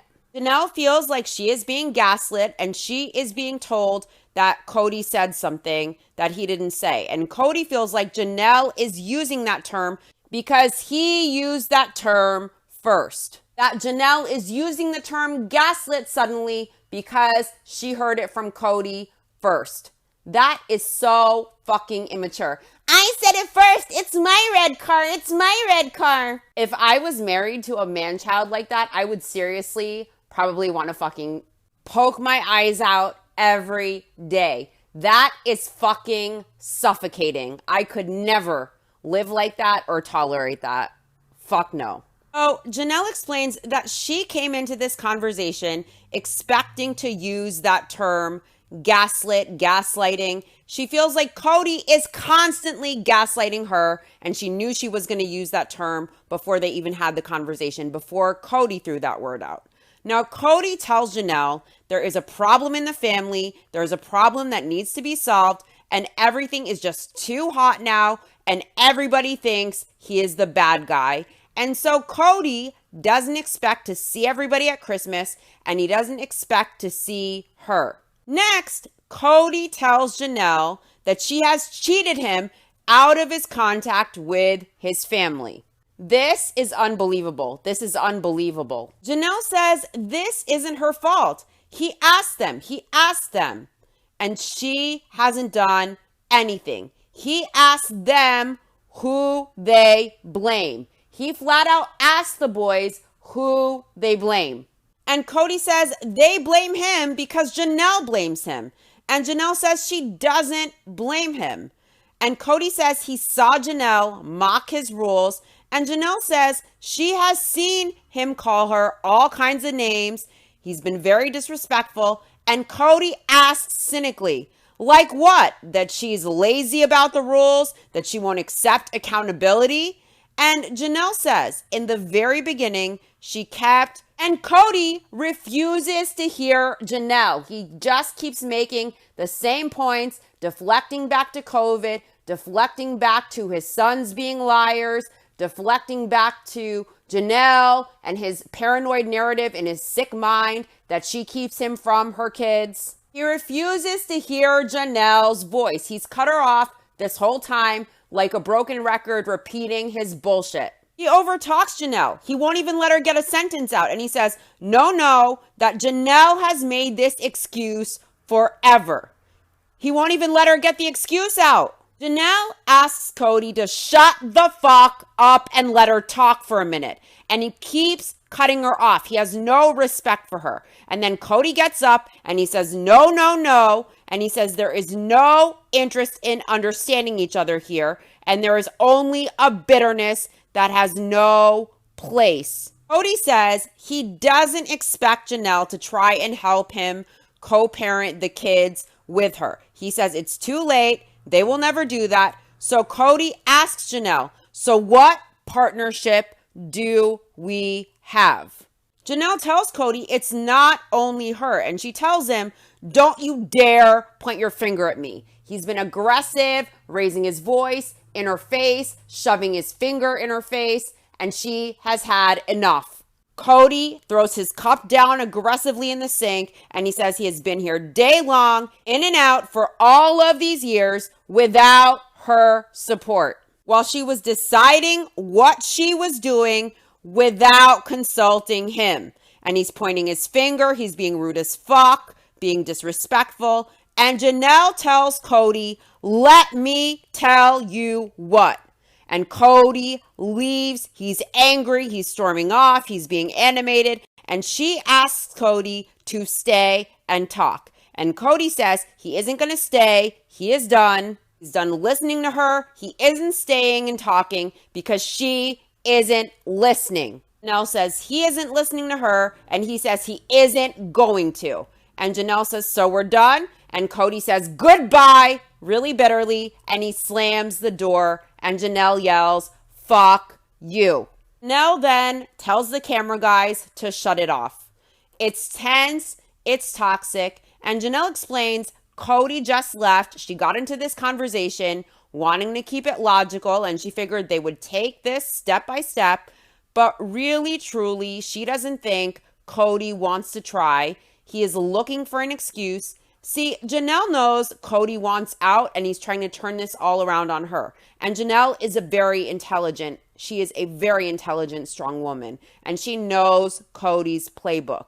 And Janelle says they were throwing accusations at each other about what was going on. And Janelle says it was shocking. It was shocking. And she was really upset when Cody left. And it felt like there was a finality to it. So now Janelle is worried about what happens to her. And she wonders, moving forward, do I live here? Do I still build? She says it feels like she and Cody are no longer going to be a couple. She says it was dramatic. There was so much buildup. The words were harsh, but the feeling was harsher. And it felt like she and Cody were done. And Janelle says it took her a half hour to overcome the shock of the conversation they just had. She called Cody and she told him, come get your stuff. Good for Janelle. Good for Janelle. She deserves way better. I personally cannot stand a dynamic when one person treats the other person like they are beneath them. I cannot fucking take that. I can't watch that. I can't see that. So I am so happy that she has freed herself from that poison. She's beautiful. She's a very smart woman. She deserves better. No one deserves that. So in Janelle's mind, Cody is now out of the house, but she explains her faith, her religious beliefs, her spiritual beliefs don't allow for you to just walk away because things are hard. So Janelle doesn't really want to see Cody. She knows that Cody feels the responsibility. He feels like he can't leave a wife because it's bad on him if he leaves a wife high and dry. If he says, I'm no longer married to you. And so his pattern seems to be that he just ignores that person and ignores them. And it feels to Janelle like Cody wants her to say it's over because he doesn't want the responsibility of being the husband who says, I don't want to be married to you anymore. You see what a coward Cody is? Now, Janelle says after she got over the shock, after Cody left, she thought, oh my heck, she has nothing financially and she is tied up in this property, Coyote Pass, and everything as far as her estate is tied into the land. Any kind of savings, any kind of money, anything she has is tied up in this property that they haven't paid off yet. And Janelle says she's a smart woman and she has done this very dumb thing and she trusted in this family structure. And now she is really stuck. She is 50 and she has nothing. After all those years of being the primary breadwinner, of really financially supporting the family and being the main one to do it along with Cody supplementing that, now she has nothing. And she is at Cody's mercy to pay off the land, to move, to do something so that she is able to have assets for her and for her kids should she want to leave. Because let's remember, she is not legally married to the guy. He doesn't care to do the right thing by her after all she sacrificed to financially support his family for years. He doesn't give a fuck. He's living in the Goblin's Lair, largely paid for on her back and Mary's back with their Vegas house proceeds and with the joint family account that she probably was the primary contributor to. And now she has nothing to show for it. And all her money is tied in this land that hasn't been paid off yet. And she knows she can't trust the father of her kids, the man she sacrificed so much for, the man she did everything for financially to keep his family afloat. She can now not trust him to make sure that she's okay when she wants to leave. That's how much of a dick this guy is. So now Janelle is really stuck. She's 50. She has nothing. And Janelle says they moved to Flagstaff and they bought this property. They had this vision that they would all build on the land. They got the land by paying mostly cash for it, but they had to take a property mortgage on a portion of it.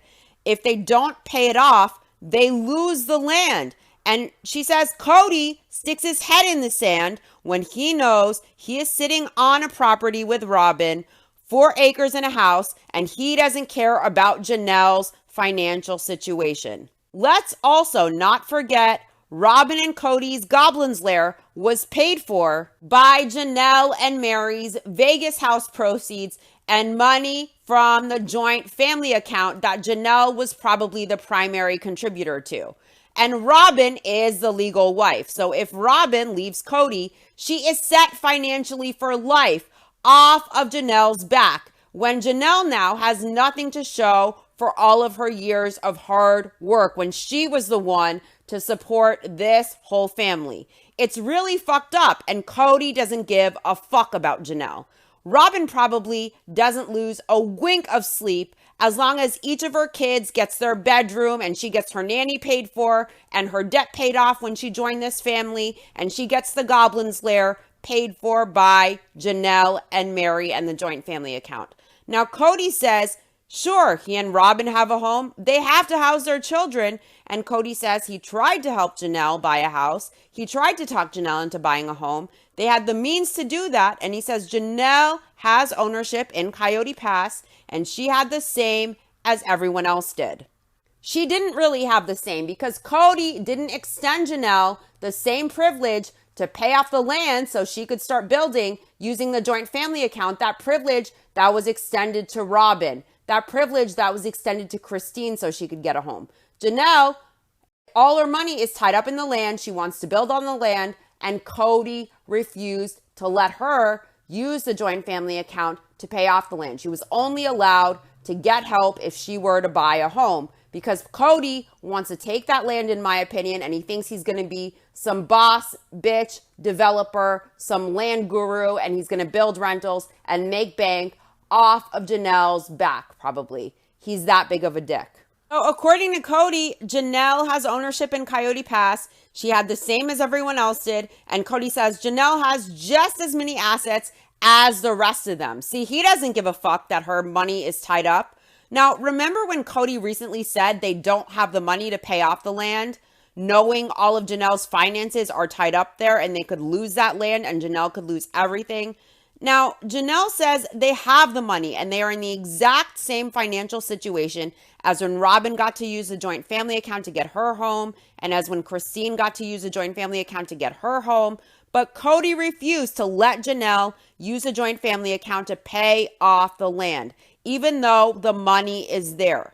He wants to control the situation and he wants to force Janelle to buy, knowing they have to pay off the land ultimately, because Cody doesn't want to build. I don't think he ever wanted to build. And if Janelle wanted to buy a home, my guess is Cody would allow her to have used the joint family account.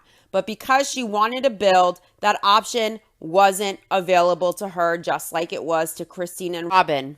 Because Janelle wanted to build, that option of the joint family account wasn't available to her. With Cody knowing all this woman sacrificed as the primary breadwinner for decades to feed and clothe and house all of his wives and kids, to work as the primary breadwinner, and knowing Robin's house was largely funded by Janelle's Vegas house proceeds, by Mary's Vegas house proceeds, by the joint family account that Janelle was the primary contributor to. This is financial abuse. Cody refuses to reciprocate. He doesn't lose sleep at night over this, over Janelle's situation, and neither does the Goblin. And all of this probably feels like one huge betrayal when you give all that only to realize the person you gave everything to doesn't have one fuck to give when the chips are down for you and it's time for them to come through for you. Cody didn't want to build from the beginning. He wanted to build rentals and be this big real estate guru. And I think he thought that if he could put off Janelle building, he could weasel his way into building rentals and making his fortune. But Janelle would never let that happen without getting what is hers first.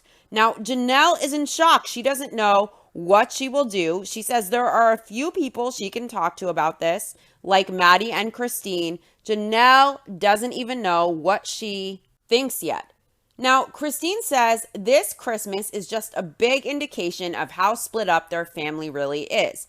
It's the first Christmas in 27 years that they are going to be separate. Janelle is doing Christmas separately with her kids in a rental in Flagstaff, and Christine is grateful that a couple days after Christmas, they are going to Flagstaff and she needs to be around her family. She needs to be around Janelle and her kids, and she misses them like crazy. We learn that Garrison, Janelle's son, also Christine's, is making Christine's famous rolls at his girlfriend's house, and it's super cute. Christine is video chatting with him to help him, and Christine feels honored by this. Those rolls are Grandma Janelle's recipe, and Garrison says Janelle and Christine's kids have always been very close, and Christine stayed home, she did the cooking, and Janelle was always working.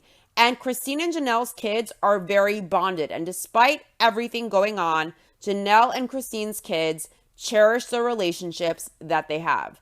And Christine says Janelle has always been super generous with her kids. She's been involved in all of the big things in Janelle's kids' lives. So when Christine left Flagstaff, she felt she was leaving Janelle and her kids behind. And Christine says Garrison calling her, needing her help with the rolls, was confirmation that even though she left their dad, she is still going to be in their lives. That is what Christine was hoping for. Christine explains that she and Janelle they're getting together for a couple of days after Christmas. So all of those Christmas traditions, they are going to do all of them, every single one in those couple of days. Christine is excited that they're hanging on to that tradition. So having those days together is very important to her. Next, Cody, Mary, and Robin get together at Mary's house. Cody has just left Janelle's house after their big blow up, and Cody thinks they only had a fight like this maybe 5 times in their lives. It's pretty intense. So now Cody is at Mary's with Robin because he has plans to talk to Mary to organize Christmas. Cody and Robin walk in the picture of doom and gloom, and Mary comments that Cody and Robin just give off this vibe like, wah, wah, wah. Total doom and gloom. They both look like the definition of misery. Cody says it's a weird place to go to Mary's meeting coming from Janelle's. They're going to be discussing Christmas and the holiday season, and Cody doesn't know what there is to discuss. Now, Mary wants to know what Janelle is doing, and Cody explains that Janelle and Christine rented a short-term rental, and Christine isn't coming until after Christmas. Cody thinks Janelle and the kids are trying to shut him out because they're mad at him. Mary feels it's weird that they are being weird right now, and Mary wonders what is going on. She says it's Christmas, it's supposed to be fun and happy and joyful, and Mary asks, is Janelle not coming over with the kids on Christmas? Cody says no, they aren't getting together. And Robin tells Cody she thought he was talking to her about this. And Cody says they didn't talk, they yelled at each other. Robin is displeased and she asks, you yelled at each other? And Cody says, yeah, we threw rocks at glass houses. Robin feels it's scary and she wonders, what does this mean? She says it sounds like the issues they're having about Christmas are just getting worse. Robin, the counselor, the empath, wants to know, oh, you guys were just yelling at each other? She asks again. And Cody says pretty much he doesn't even know. And Robin wants to know about what? Cody says he was yelling. He doesn't even know about what he was yelling. And Mary says it's always dangerous when you have no idea what you are yelling about or why you are yelling. And Cody says it's the blame game. It's the big blame game about who is responsible about the family splitting up over COVID. Cody made it about COVID. It's bigger than that. It's not about COVID. It's not about the Rona. Cody is using this as a deflection completely. This is all about Cody's toxic behavior. This isn't about COVID. This is much bigger than that. Now, Cody says he doesn't know. The boys aren't talking to him. And Mary asks, have you tried? Has he tried to talk to them? And Cody says, yeah, he's reached out to basically everybody. But according to Janelle, Cody hasn't reached out, and I don't believe he has. According to Cody and his paranoia, they are making up stories in their mind because everybody is not talking to him. So everybody has some story about how dad is a bad guy. So now, because of this, they're having two separate groups at Christmas. Cody says he threatened to do this last Christmas, and Robin says Christine isn't going to be here for Christmas. She's coming after Christmas. So it isn't really two groups. And Cody tells Robin that Christine is getting together with Janelle. And Mary clarifies, well, that's after Christmas. And Mary says the fact that their family is not all together and all getting along doing Christmas together this year, it's really weird.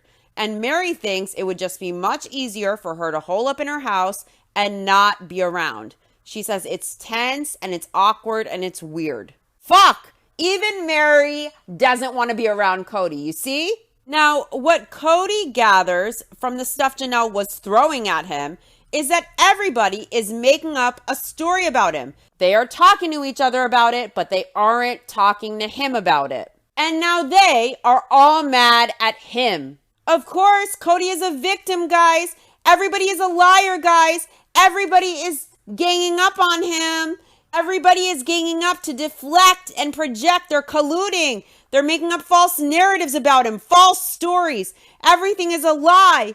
Poor Cody. Cody is pissed, and you can tell he's pissed because he's got his two hands on his hips like a woman scorned whenever he's about to lose his shit. Mary tells Cody that Janelle was saying she wasn't going to be the in-between anymore between him and the boys. And Cody tells Mary he wishes Janelle wouldn't be the in-between.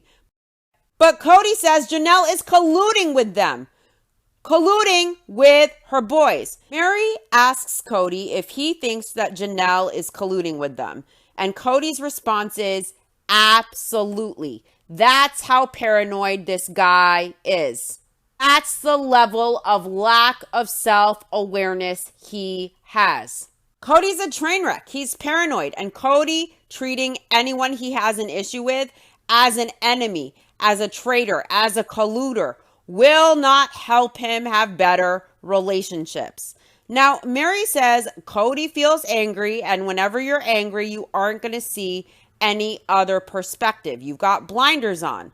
But she says, playing the devil's advocate, maybe Janelle is not colluding. Mary thinks when Cody uses the word collude, it means everybody is banding up against him, ganging up against him. And Mary wonders, maybe Janelle isn't doing that. Maybe she isn't colluding. Cody says that Christine and Janelle are doing everything they can to make it so he is not the head of the family.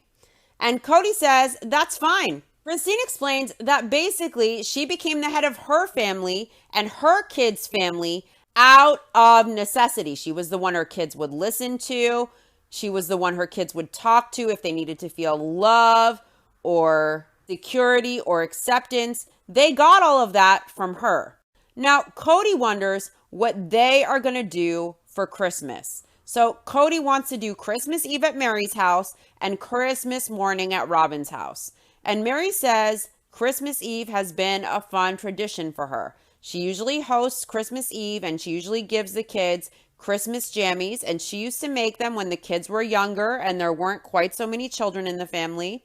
Mary says for her, Christmas over the last few years has changed. It's changed a lot.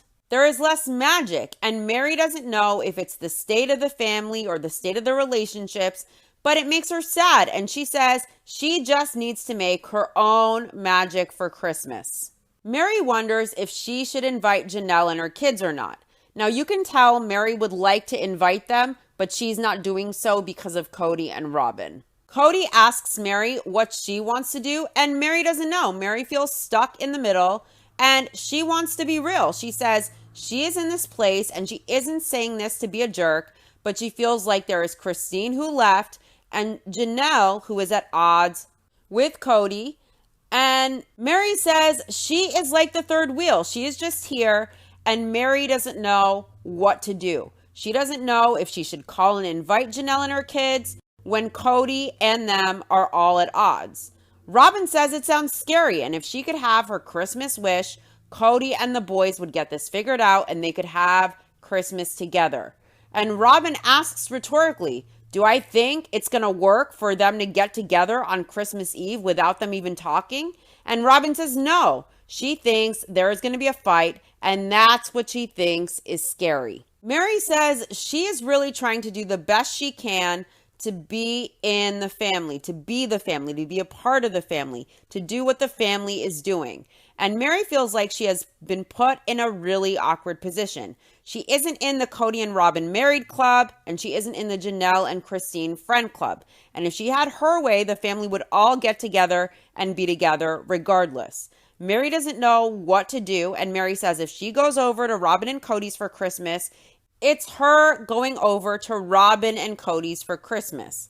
She would be going to Robin and Cody's. If they are going to her house for Christmas, it would be them going over to Mary's house, not Mary and Cody's house. And Mary asks, see the difference? Robin tells Cody that she is trying to figure out if he could be around everybody because last year she knows Cody was struggling with that and he was struggling because of what just happened with the boys. Cody would rather just be around people who really want to be around him. Cody pities himself. Guys, Cody's the victim.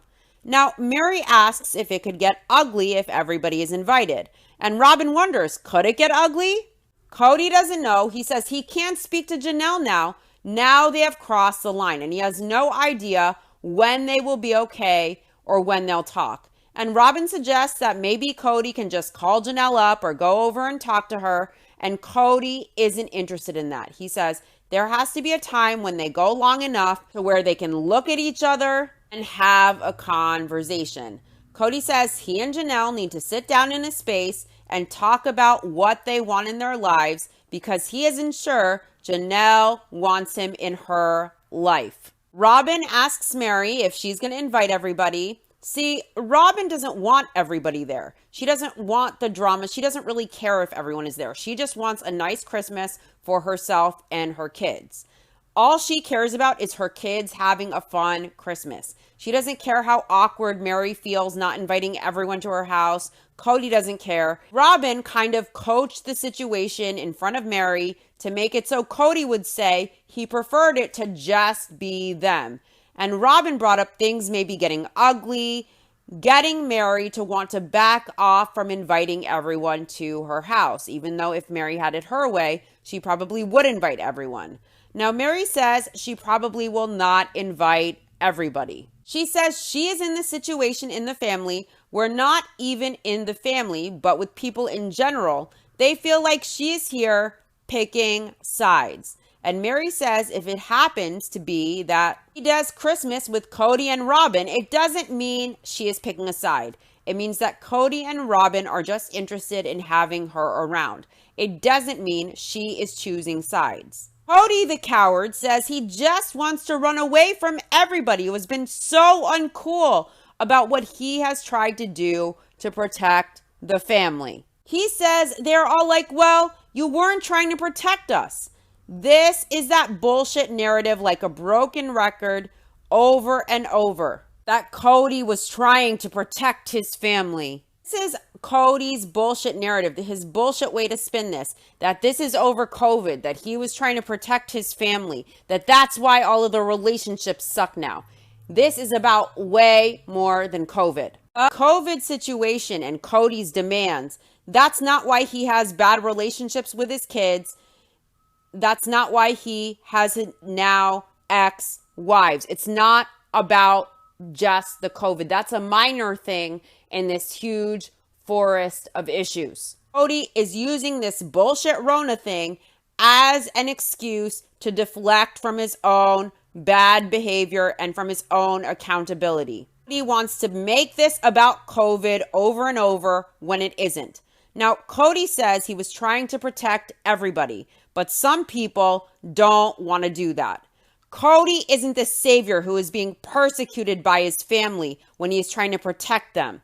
He isn't a martyr, he isn't a victim, and his kids avoiding him and his wives wanting nothing to do with him, none of that has anything to do with the Rona. This is about Cody's actions. This is about his bad behavior. This is about his toxic playbook. This is about his lies, his deflection, his projection, and his refusal to take accountability. And his false narrative, it's also about his favoritism to Robin and avoiding addressing that. He uses COVID to avoid addressing the favoritism to Robin and her kids while neglecting everyone else in the family. And he's blaming it on COVID and the goalposts he created that he knows are impossible to jump through. And he blames everyone for their choice not to be controlled by him. All of it is bullshit. He's blaming it on COVID. He's using deflection and manipulation. It's all bullshit. If Cody is so interested in protecting his family, why the fuck could he not make it to his daughter's major surgery? If Aurora were getting major surgery, would Robin tolerate that Cody not attend because of his protocols so he could be there for the rest of his family? Are you fucking kidding me? Do you think that would fly? Now, Cody says nobody feels safe. Nobody feels like they can be with another person without being triggered constantly. And Cody says it's weird because with normal people, they can shit talk him and he thinks, well, fuck you. I'm getting away from you. But he says with your family, it's different and it triggers you. There is this feeling that they have all been done wrong. Cody says the flames are on the bridge and he thinks most of them are just walking away from the bridge, wondering if the bridge is strong enough to hold up or if it's gonna burn down. I'd say the bridge burned down a long time ago. Cody still doesn't get the catastrophic damage he has done to his family. The bridge is ashes and he still thinks it's burning down. He still doesn't get it. Next time on Sister Wives Season 18, Episode 4, A Deal with the Devil, it's Christine's first separate Christmas. And Janelle is doing her Christmas separate too. Now, Janelle doesn't expect that they will see Cody. It's been awkward. And Cody hasn't said a thing. He hasn't called or texted Savannah at all. And Savannah says they were one big family and now they are kind of separate. Cody says he gets in this place where he thinks, well, he should just be the devil he thinks he is now. And Cody's friend Nathan makes an appearance and he says they can deny it to themselves, but Robin is in for a ride and any of the other wives that stay with Cody are in for a ride. So even Cody's friend thinks Cody is going off the deep end. Wow, wow, wow. I wish instead of the filler crap they put in the first 2 episodes, they opened the season with this episode. It would have been far more impactful. That does it for this episode. I'll be back next week with the next episode of Sister Wives. To my YouTube listeners, don't forget to subscribe to my channel, like this episode, and let me know your thoughts on Cody this episode in the comments section. To my podcast listeners, don't forget to follow this podcast wherever you listen and rate it with all the stars. Thanks for listening. I'll see you next week. Bye.